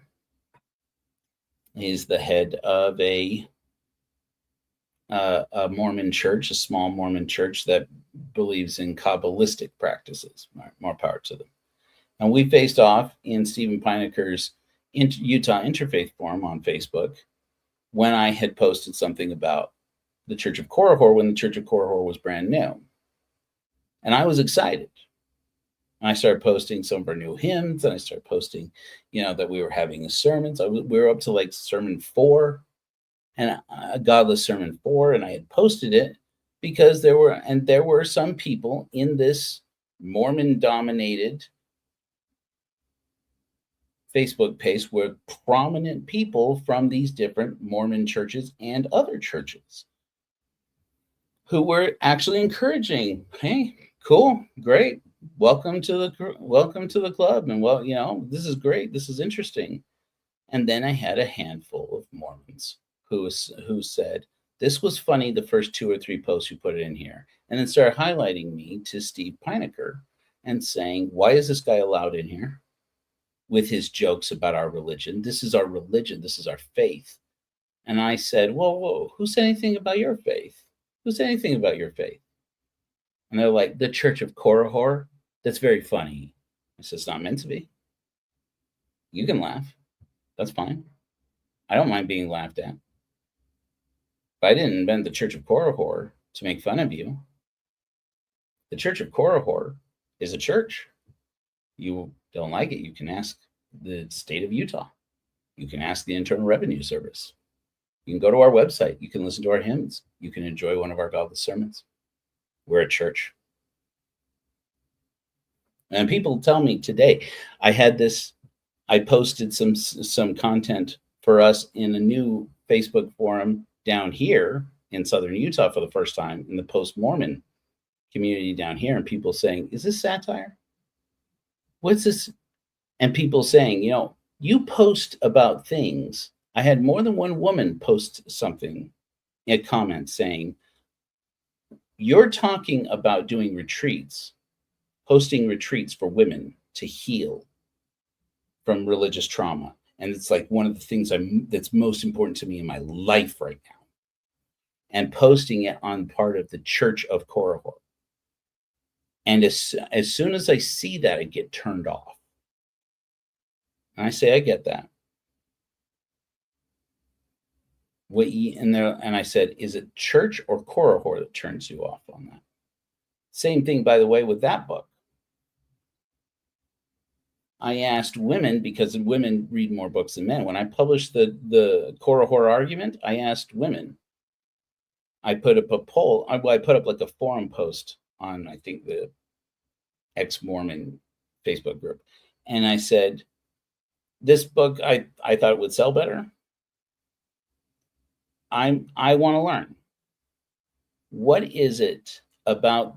I made this book cover thinking that women would find it interesting and attractive. I designed it specifically for that reason. You guys are going to see my flip. Sorry for that.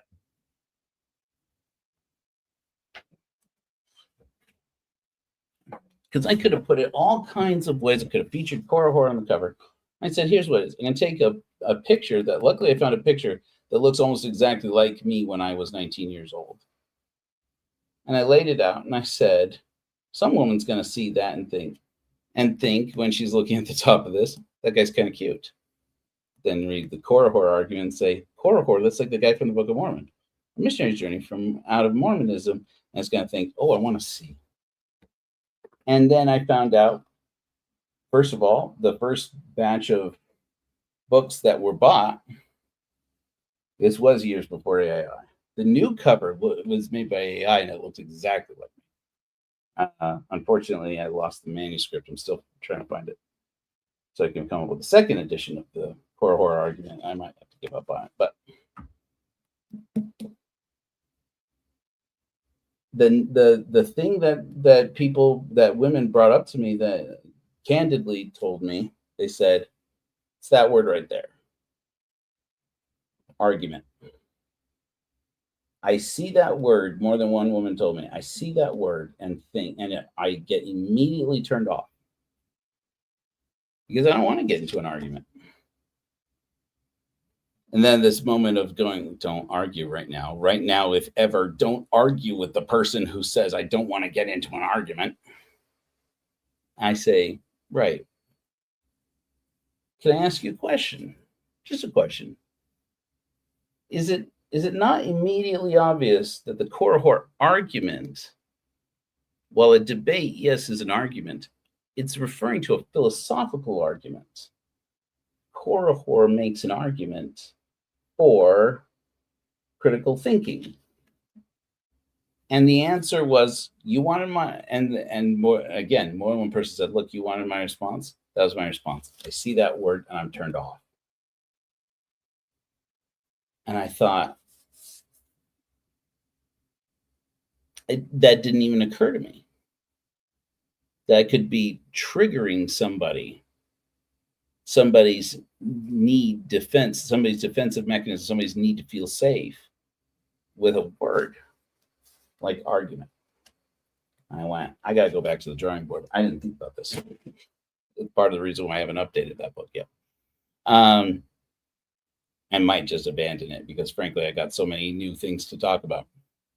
But anyways, I got into this conflict with this guy. His name is David Fairman. And he posted this comment on one of my videos that I had posted in there about how Korihor died a beggar because his faith in God wavered and because he was influenced by the devil, because he was a liar. Now, I grant you, Korihor lies in the story of Korihor. The question is, does he lie when he says he doesn't believe in God or when he says he did believe in God? That's one of the things I find endearing about Korihor, is that he's human.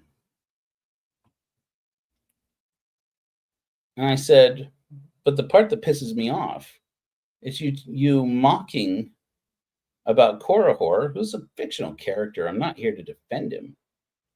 But when you say died a beggar, it sounds like you're being very, very dismissive of the danger and harms to unsheltered people. And having started a church whose first mission is going out to serve unsheltered people and meeting people out on the streets who are in constant danger, it pisses me off. And I think that you should apologize.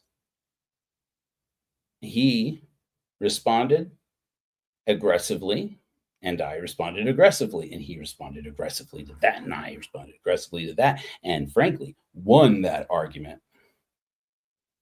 And then found myself getting kicked out of the group for being contentious when he's, and so I told him off. I took a screen capture of that conversation because I was salty and I have some healing to do. And I posted that on Facebook. First elder of the Fellowship of Christ. This is the conversation we had. You kicked me out of the group, but you can't make the conversation not happen. And pointed out and said, this is the problem with Christians and their lip service. And did this whole thing. Next thing I knew, I had Steve Pinecker in my DMs. Hey, man, was that necessary? No. But I did it. He's like, you got under his skin. He got under your skin. You guys had it out. If you knew David Fairman, you'd think he was a pretty cool guy. I said, he's welcome to DM me personally. Does he want to apologize? It's like, well, no, he doesn't know I'm contacting you. I said, well, I don't know why you're sticking up for him. I'm like, he's not even, I'm sure he's fine. And I'm like, look, I'm a salty person too. He wants to get in somebody's grill. He can get up in my grill and I'll give it to him. I'll give it right back to him. No problem. And then I got contacted by, who was the second person who contacted me? I don't remember now. Another person. Hey.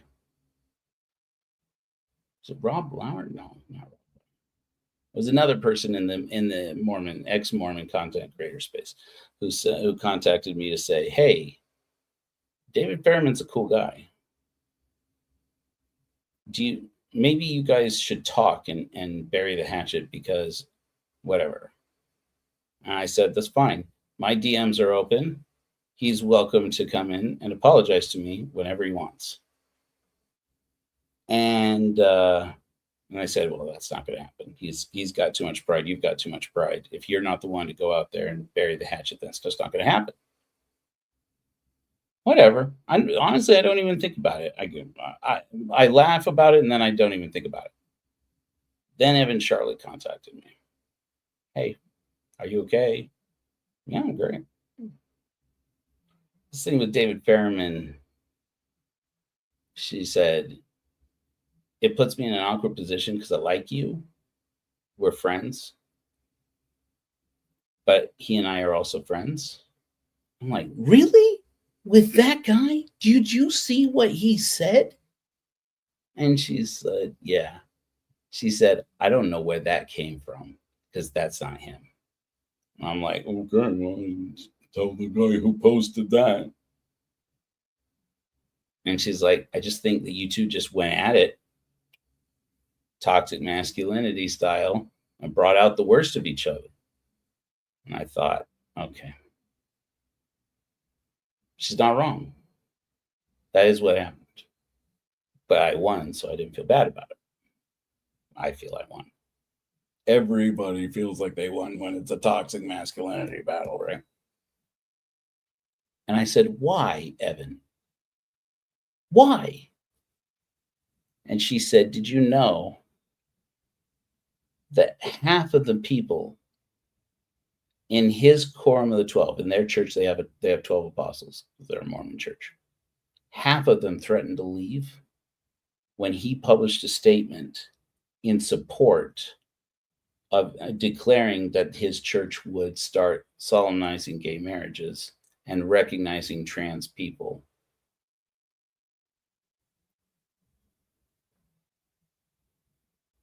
I didn't know that. I don't know this guy from Adam's Odd Ox. I said, he did that? And she said, yeah, he did that. And she said, and no other church apart from the Community of Christ. And Evan's been part of the Community of Christ. She knows she knows the good and bads when it comes to the Community of Christ. And there is, believe it or not, in the reorganized church, there are bads. And she says nobody else in the Mormon space has stood up for the LGBTQIA plus like David Fairman has. And then she sent me pictures of her standing with him proudly. Shit. I'm like, damn it. Okay, so I'm the asshole. All right. So I published a public statement. And I said, look, I still am not going to go out of my way to apologize to him. But because on my Facebook page, I had posted this conversation with David Fairman, I just wanted to follow it up and say, I was angry. I should have reasoned it out better. And now, because people have reached out to me, specifically from the gay and trans and queer community, saying that I have shot my arrow over the house and hurt a brother, I'm sorry. I shouldn't have done that. I'm a grown-ass man. I should have thought it through in the moment when I thought, is this what a grown-up does? Is this what a man I can be proud to be does? And the moment I said no inside my head, I should have let that voice prevail. And I didn't. So, for what it's worth, my feelings on David Berriman have gone in the past week. This is a bit over the course of a week. From I hope he dies in a fire to I hope he trips and falls. There, it's as close as you can get for me. And since then, my feeling has since become, as I have observed from a distance, the way David Berriman and his group do things. I've still never contacted him to apologize because I don't feel like I need to. But I actually have some modicum of respect for what he and his group are doing, trying to bring Jewish customs and Jewish traditions into a spiritual paradigm for people who are uncomfortable with the Mormon church's prejudice towards the queer community. And frankly, I don't know that this is stated anywhere in their documents or that this represents their feelings. So please don't think I speak for them. But I, as an observer, look at it and say, and the anti-Semitism in Mormonism. And to think that somebody can take that and bridge that divide and make a Kabbalistic faith for Mormons who don't fit this paradigm, the traditional paradigm, and make a spiritual path for them to grow as people who believe in a Jewish spiritual tradition, it's admirable. Not something I want to do, but it's admirable. And so that's where I am now.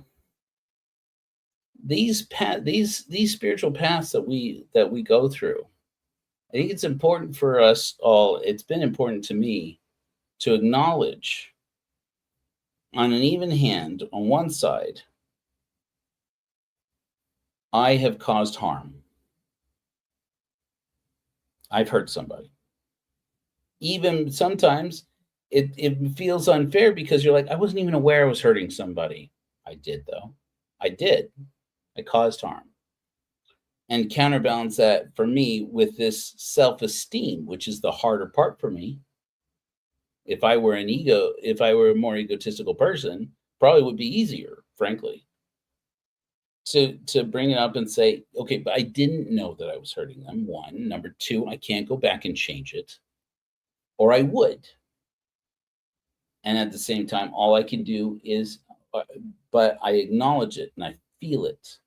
I feel the guilt, if you want to call it that, in so much that guilt is a drive to change, a willingness to change, and to do better in the future. And so that's why, as my marriage has ended, I can look back and say,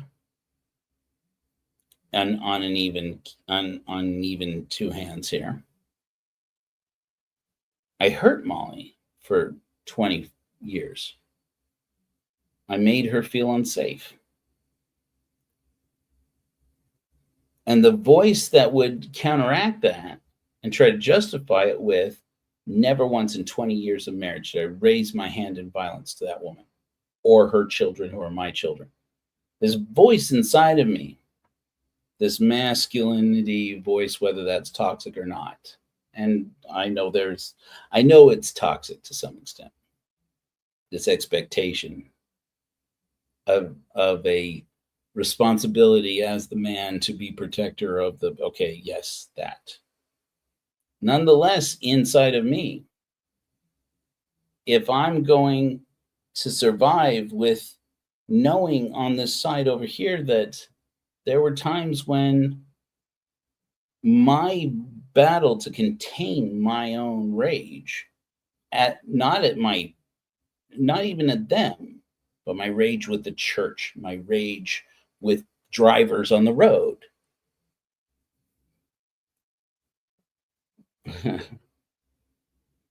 Okay, thanks, stranger. That toxic masculinity, that rage, while I felt like I was keeping it under control, just having to contain it put her in a position where she was triggered by all of the past trauma she had with men in her life. Growing up, where every man who lived in her household, even though I loved my brothers-in-law, my father-in-law very dearly, was a threat. Whether or not they actually ever hurt her or were willing to, they were a threat all the time. Every man that she dated was a threat. Every man she didn't want to date was a threat. And while I know what it's like to be afraid of men, I don't know what it's like to feel that constant fear. And, you guys remember when I broke down and cried doing a godless sermon from the back of my van when I was parked in the Mormon mall on the day that I did my godless sermon out in front of the conference center during conference, about how it, as my marriage wound to a close, I came to realize that the story of people in my life who are afraid of me just because I am a man, who the stakes for their safety were raised. Very fitting. The stakes were automatically raised because there is a man in the space. Whether or not I am dangerous, whether or not they should be afraid of me, whether or not I have healed my toxic masculinity and am trying to become better, and whether or not I hurt people, my just being a man, fair or unfair, in that space makes that space more dangerous, whatever it is. And it's this balancing act of being able to say, okay, in me, this could consume me, this guilt of having put so many people, triggered so many people just by existing in the space, that if I didn't counteract that with a little egotism that says, what do you want me to do? Change what I am? Okay. No. Oh, it's not my fault that I am a man. It's not my fault that I am a man who had to learn how to protect himself by being aggressive. That's not my fault. Nobody explained to me. And all those things are fair points. They're just not points that make the other thing not true. And I feel like that's what I remember reading the book, The Will to Change, by somebody throw me a bone here. The author of the Will to Change, the same one who wrote The Love, something of Love. Bell Hooks. Thank you. Thank you, Google. No problem, angry man. Bell Hooks' book, which was recommended to me by Winter, who also then, as I was reading it, said, you know what, maybe you better not read this. This might not actually be good for you. I'm like, I'm too late now. But Bell Hooks was talking about how when she had this quote, I talked about it in one of my godless sermons about toxic masculinity, about how her entire experience growing up in her household and her family of origin, that women and children, that she and her mother and her siblings felt like they were constantly waiting or her father to die. And that it was a constant thing. That even if you love this man, his presence, even if he didn't hurt you physically, his presence was so domineering and dominating that even loving him, they couldn't wait for him to die or get out of their space so that they could have the space to themselves. This is about one time where Winter said, I don't know if this is the right book for you right now, Joe. I'm like, well, this is too bad we're in it now. And then she mentioned the story about another feminist, and I really wish I could remember that person's name off the top of my head, but names are slipping for me these days. About how she was she was helping her father tend to his ranch when he had a heart attack. And she got on her cell phone, and she got on her cell phone and called 911, and they said, just be there with him, check in with him while we get an ambulance out to you, but it's going to be a while because they were out in the country. And in the time that that she was waiting for the ambulance to get to her, her father died in her arms. And she said that she had said in her book that it was as her father was dying in her arms that was the first time she realized that she had never before felt like she could touch her father's body until he was dying in her arms. And how sad that was for her, that she had missed out on a lifetime of a consensual, platonic intimacy with her father because she just felt like it wasn't safe. Even though he had never hurt her, she couldn't have just normal contact, a hug, a handshake, a put your arm around. She didn't feel ever like she could have physical contact with her father.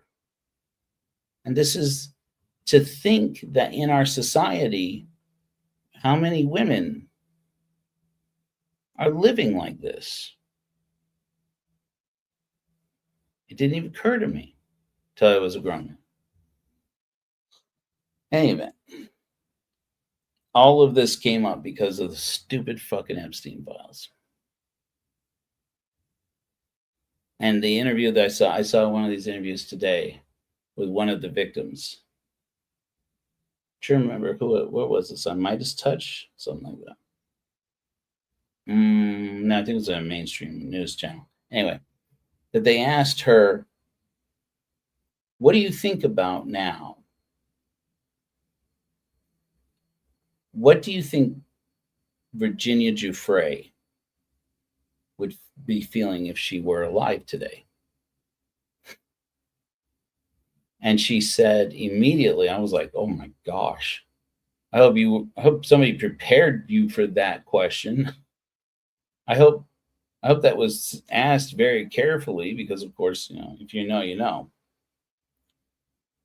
And this woman said, I wish I could tell Virginia that Prince Andrew has been publicly shamed by by the royal family. She'll never get to know that. I thought.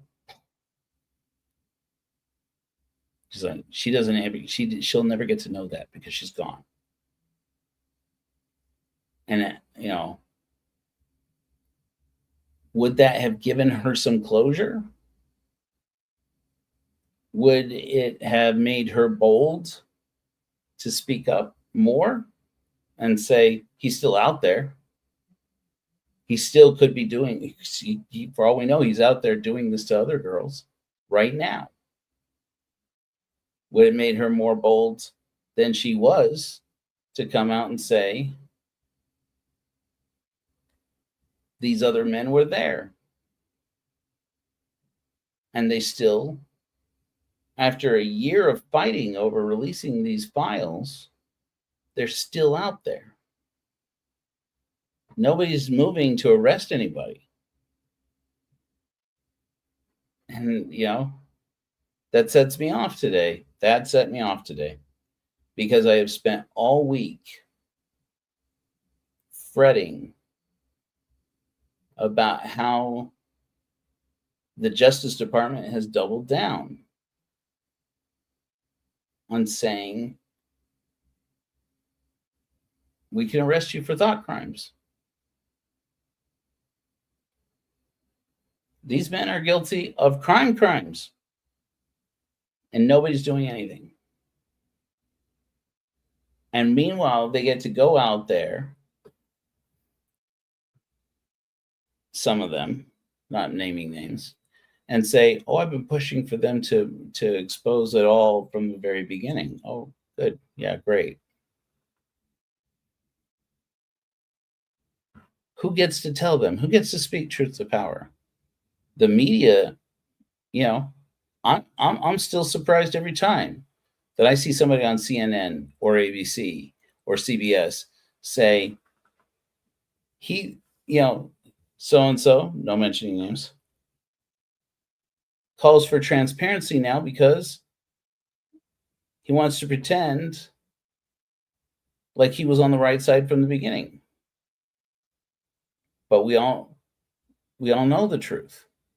And part of the truth is now going to be forever. These are the moments when the small decisions make a big difference. The decision is going to be the decision every day to pretend like you're not covering it up is going to compact covering it up. If it only hadn't happened just a couple of weeks after Wade Christopherson turned himself in for abusing all those people. I'm going to be careful because we've used a lot of loaded words here. And that question that every ex-Mormon has had on our lips in the past few weeks, and every Mormon should have on their lips and in their minds and in their hearts. And yet, how many of you ex-Mos out there, if you're listening, know a Mormon who's Wade Christopherson? I don't even know who that is. His name is Todd Christopherson. His name is Tom Christopherson. Who's Wade Christopherson? How can you not know? And so many, how many of you out there know somebody inside the Mormon sphere, inside the Mormon ecosystem, who in the past couple of years has stopped consuming the news or stopped talking about current events because every day there's something there to trigger them, and they see it as a challenge to their faith, so they stop looking for it. Mormons are not nearly the whole of it.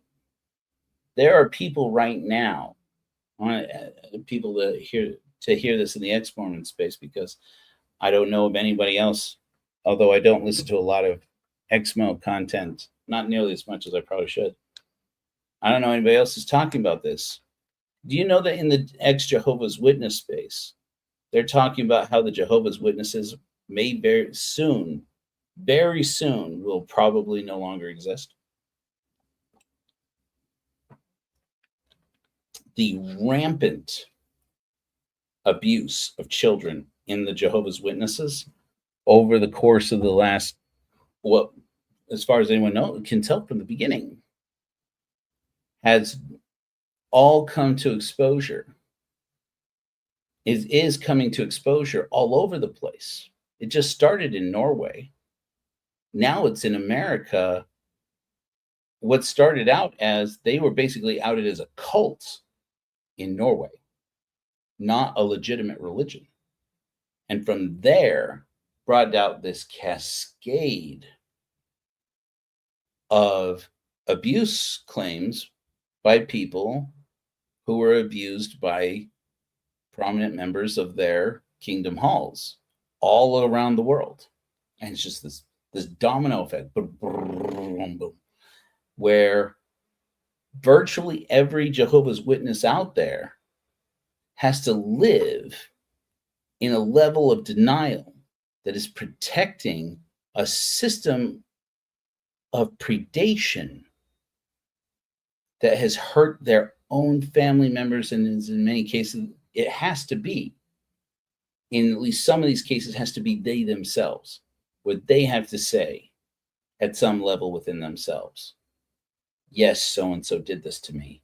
But that was just part of growing up. I don't even know what they'll say to justify it in their head and say, oh, God forgave them because they repented. I don't even know what. And while Mormons are dealing with it in our community on a scale we still can't contemplate, the Mormon church is now one of the most financially powerful institutions in the world.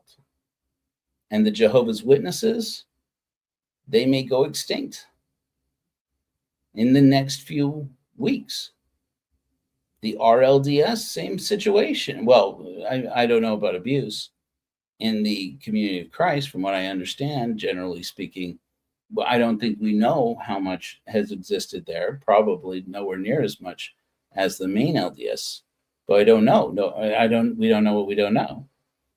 But because they don't have a vast real estate empire and massive holdings on Wall Street, the story now is that they may sell, that the Community of Christ may sell their temple lot to the LDS Church, while at a time when Mormons more increasingly and more than ever are talking almost every day, it seems, at least the content creators. I listen to Rise Zion. I listen to Zion Media. I listen to Quick Media when I have to. I listen to Ward Radio much more than I should. They're talking about the second coming of Jesus all the time. And the feeling among Mormons is that they got to get their temple site back in Jackson County, Missouri, to usher in the end of the world. Armageddon. They talk about it like with giddiness and excitement. Do you realize what that means? If the end of the world comes, don't care. I don't see how we're seeing this as a healthy spiritual movement to say we can have this percentage of our populace craving an all-out war, a crusade on sinners. And I can't help but think, if I were in the Mormon Church's leadership, you guys know this is, shamefully one of my favorite games, what would I hope would happen? I would wish that I could go back and say, look, the second coming of Jesus happened. It happened on the date Joseph Smith predicted. You all know that Joseph Smith predicted when the second coming would happen, and then it didn't, right? Big surprise. I would just come out and say, look, it happened on that day, just nobody was around. God changed his plan on how it's revealed. Now we're living in the millennium, so everybody can stop waiting for the end of the world. Because right now, there are Mormons who are gathering ammunition, they're gathering fuel, they're gathering food, they're gathering water, they're building places of refuge. There's a full-on prepper community of Mormons prepping for the end of the world. In a way, in talking with boldness about how they are willing to fight. And how long are we going to pretend like we can feed powder into this powder keg without it going off? The Mormon Church is in a unique position to do something about it, and they're not going to. They're not going to. Well, let's hope I'm wrong. Anyway, I've ranted for long enough. I hope some of you who are here for the temple movie scene enjoyed it. I think it's always good for us to do these late nights on Friday nights, mainly because Mormon Discussions is over, done with theirs, and it's fun. I think it's fun to see you guys to see you guys in the comments, know that you're out there, and I really hope that you guys are well, and I hope that we're going to begin to heal as a community in this country. I wish I didn't feel responsible to talk so much about how America needs to heal. But I do. Because I'm in this and I've supported it for so long. And I don't want the dream to go away. And in the past 10 years or so, specifically, I really do feel that George Carlin called it out when he said they call it the American dream because you have to be fucking asleep to believe it. And it's true more than ever before. In any event, in the spirit of the giving session, I know that in the future we'll make these more fun. In the future, I want to do these where we actually have a lot more fun. This was a last minute throw together. I really do think that we can play some games and it'd be fun, and get the community put together. And then while we're doing it, throw out these little advertisements to say you can help. I told you guys earlier about this guy named Kevin. If you go to coralcore.org and click on the give button, if you want to help Kevin, you can donate there. And right now we're doing the best we can to get him food and to make sure that he meets his goal to be able to pay his rent and keep from getting himself and his little girl evicted. He has partial custody before he gets his teaching job, which starts in January. So we're trying to keep him off the streets until then, because he's been so far behind. If you are interested in his Amazon wish list, we have one for him. If you purchase an item through the church operated wish list, I can give you a tax receipt if that's something you want, because I know a lot of people just want to help, but but I want to make sure that everybody understands. We have a nonprofit organization here. Use it. I do. And apparently if money or goods don't end up on the church's actual doorstep, I can't write a tax receipt for it. But if that doesn't matter to you and you want to give to help him out, it would make a big difference to him. I would be grateful to you if you want. But technically it's a personal gift if you donate to his GoFundMe. Please contact me, and I'll make sure to get you the information for it. I don't want to put it up here because public, but in the future, this is going to be part of our plan. I want to see a day in the near future that you remember this woman who called around just a couple of weeks ago to all these churches and said, "I have a baby I can't feed.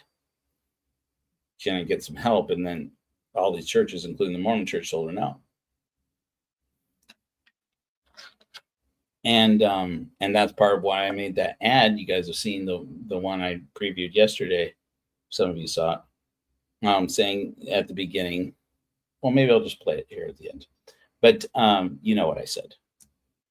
Because this has been a problem that churches attach loyalty to the church and future tithes and offerings committed to their church in exchange for giving out help that they're supposedly supposed to be giving out anyways, because they have this divine mandate to feed the hungry and to clothe the naked and to to visit the imprisoned and the fatherless, whatever. This whole Jesus thing. To get them to do their work, we atheists are going to have to do the work and do it better. And frankly, I think we're better suited to it. So one of the things I want to be able to do is to create a page where when somebody contacts us and says, I'm in need of help, and we're able to validate who they are and assign them to a volunteer, to a luminary, who is a person we have criminally background check, have done a criminal background check on, someone that we know personally, somebody who is committed to abide by our clergy code of conduct, and somebody who we can frankly and ultimately insure, and who is trained on how to deal with vulnerable people, on how to appropriately contact and work in the interest of protecting vulnerable people, vulnerable populations.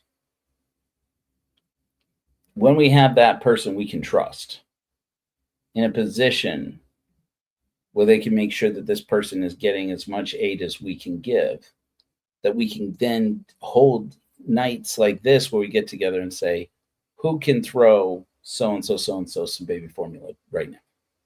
Who can send some baby bottles? Who can cook a meal in this area? And we'll have somebody come and pick it up. Also, where we can have people who will say, I can't be in charge of taking care of somebody and contacting them and ensuring, that they get everything that they need. But if it was making a meal, I can make a meal. Or if it was, a job referral, because we've talked about this before, up to 1/3 of jobs being posted right now are effectively AI bots posting jobs for other AI bots to apply to, hopefully on behalf of a person, and for an AI bot to sort through and reject that person, while all these other people out there just have to go through rejection letter after rejection letter, or even worse, no response at all. And we've never seen this before in America. Frankly, I don't know that it's ever been seen anywhere in the world where that many ghost jobs, where there are all these jobs that are being posted by the company, not being fully intending to not hire anybody, or not caring that they're not going to wind up hiring anybody. Either they know it and they're just malicious about it, or they don't know at all and frankly just don't care because they entrusted AI to do everything, or because they wanted to save money by letting people go from the human resources or whatever, or because they just want their employees to work harder. And so they have to tell them, oh, we're out there looking for somebody, but we just can't find anybody who's qualified, or everybody that applies is overqualified. Probably the biggest joke I know in corporate America today. Oh, that person's overqualified. Fucking hire them then. If they're overqualified, hire them because they obviously need a job.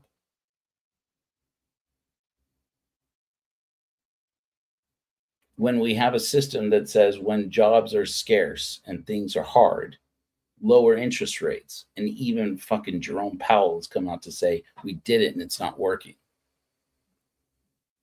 We did it and it's not working because this system is flawed. Oh, if the companies aren't out there hiring, it's because they can't borrow. No, they're not hiring because the economy sucks and nobody wants to say it for fear of hurting one fucker's feelings. Sorry, political rant. Sorry. Sometimes I can't help myself. Anyway, better get off of this. Next time, I'm going to try better to have the technology sorted out. I've been working on the technology side of this all week. And I got a donation form, and I figured out a few bugs and fixed a few bugs, and now I know what bugs need to be figured out for next time. So in the midst of this, also at the same time, I am collecting blankets. As of, I'm hoping tomorrow, if the place is open, which apparently it should be open, we will have an address here in southern Utah. The address up in West Jordan can't receive shipments right now because we haven't paid them. And I'm going to try and get as early as tomorrow, hopefully, an address, a physical address that people can send blankets and sleeping bags and stuff to go to all the missions. And then anybody who wants to help with the missions out in the area where you are. For now, until I can get all the volunteer forms and get all the training system and everything out of the way, we're going to have to do it kind of loosey goosey, kind of podunk, case by case. But contact me, reach out to me, various ways, and tell me you want to help out, and then we'll figure it out. But we're going to receive donations through the church. Both if you give money through the website, and also if you send items directly to the church and then distribute them at the church's discretion, and just ask you to trust that we know what we're doing. Luckily, those of you who may be concerned about whether or not I am overextended, thank you. I don't want to lean too hard on Nikki, but Nikki has been a great help to me. And she's really on the ball. She's much better at things. And let's get more people here. I've been talking to some people who aren't even members of the Church of Korihor, who, when they found out about this opportunity to serve among the shelter insecure, the food insecure, and the work insecure in our communities, said, let me know when you're ready to get going on that, because I want to be a part of it. Even people who, we got God believers who want to be on this godless mission with us because nobody else is doing it, and nobody else is making these opportunities for them. So the Church of Korihor is real. I got asked this on TikTok. I act all pissed off about it. I just want to reinforce to you guys, it does not hurt my feelings when people say, is this a joke? The Church of Korihor is a satire, ha ha ha. And I post jokes where I act all pissed off, like, what the fuck do you mean by that? How dare you? And then I always let him in on the punch. I'm like, I'm just kidding. I totally get it, because I totally do. And but I gotta tell you guys, the highlight of my life right now is the Church of Korihor is fucking real, man. And the Church of Korihor is exciting people. I wasn't going to release this video on YouTube anywhere until Sunday, because I'm currently paying for one campaign, one Google advertising campaign. I didn't want to do two at the same time, but since I had it, I just threw it up on TikTok, right? This video we're going to close with here. And as soon as I had put this video up there, let me close some other things here. As soon as I put it up on TikTok at like 1:00 in the morning yesterday, after the broadcast, it was like 1:00 in the morning, right? As soon as this thing was live on my TikTok, it freaking took off. All of a sudden, it may go viral all on its own. No paid advertising, just picking up and running all on its own because people see it. And somebody who follows me on TikTok had posted on their comment saying, "What? Haha, is this Korihor? Because is this satire?" And that's the one I'm specifically talking about, that I responded to that, and I'm like, no. The Church of Korihor is real. And let me tell you, it's the most exciting thing I know about right now. And with all my screwing up over the course of the past year, still most exciting thing I've ever been involved in. And I love that you guys are part of it. All heard the stories of wealthy churches that are turning their backs on the needy this winter. You deserve to know that there's a poor church that's doing differently. That's partly because we are a godless church. We're the Church of Korihor. Korihor is a legendary atheist from the Book of Mormon who taught critical thinking and stood up to expose the greed of the church. And for that, his Christian neighbors turned him out onto the streets and left him for dead. 1 year ago, I started the Church of Korihor with some friends, and our first mission was to go out to Salt Lake City and deliver blankets to the people living on the streets. And every year we lose some of our neighbors, frozen on those cold streets. We're trying to expand and start serving our neighbors all over the country. Korihor is fictional, but the Church of Korihor is very real. I won't ask you to change what you believe, and I won't even ask you to join our church. Will we help? Like Korihor, I was lost and alone. Like Korihor, cast far from home. Like Korihor, they stole my voice. Like Korihor, left without a choice. But unlike Korihor, I can speak again.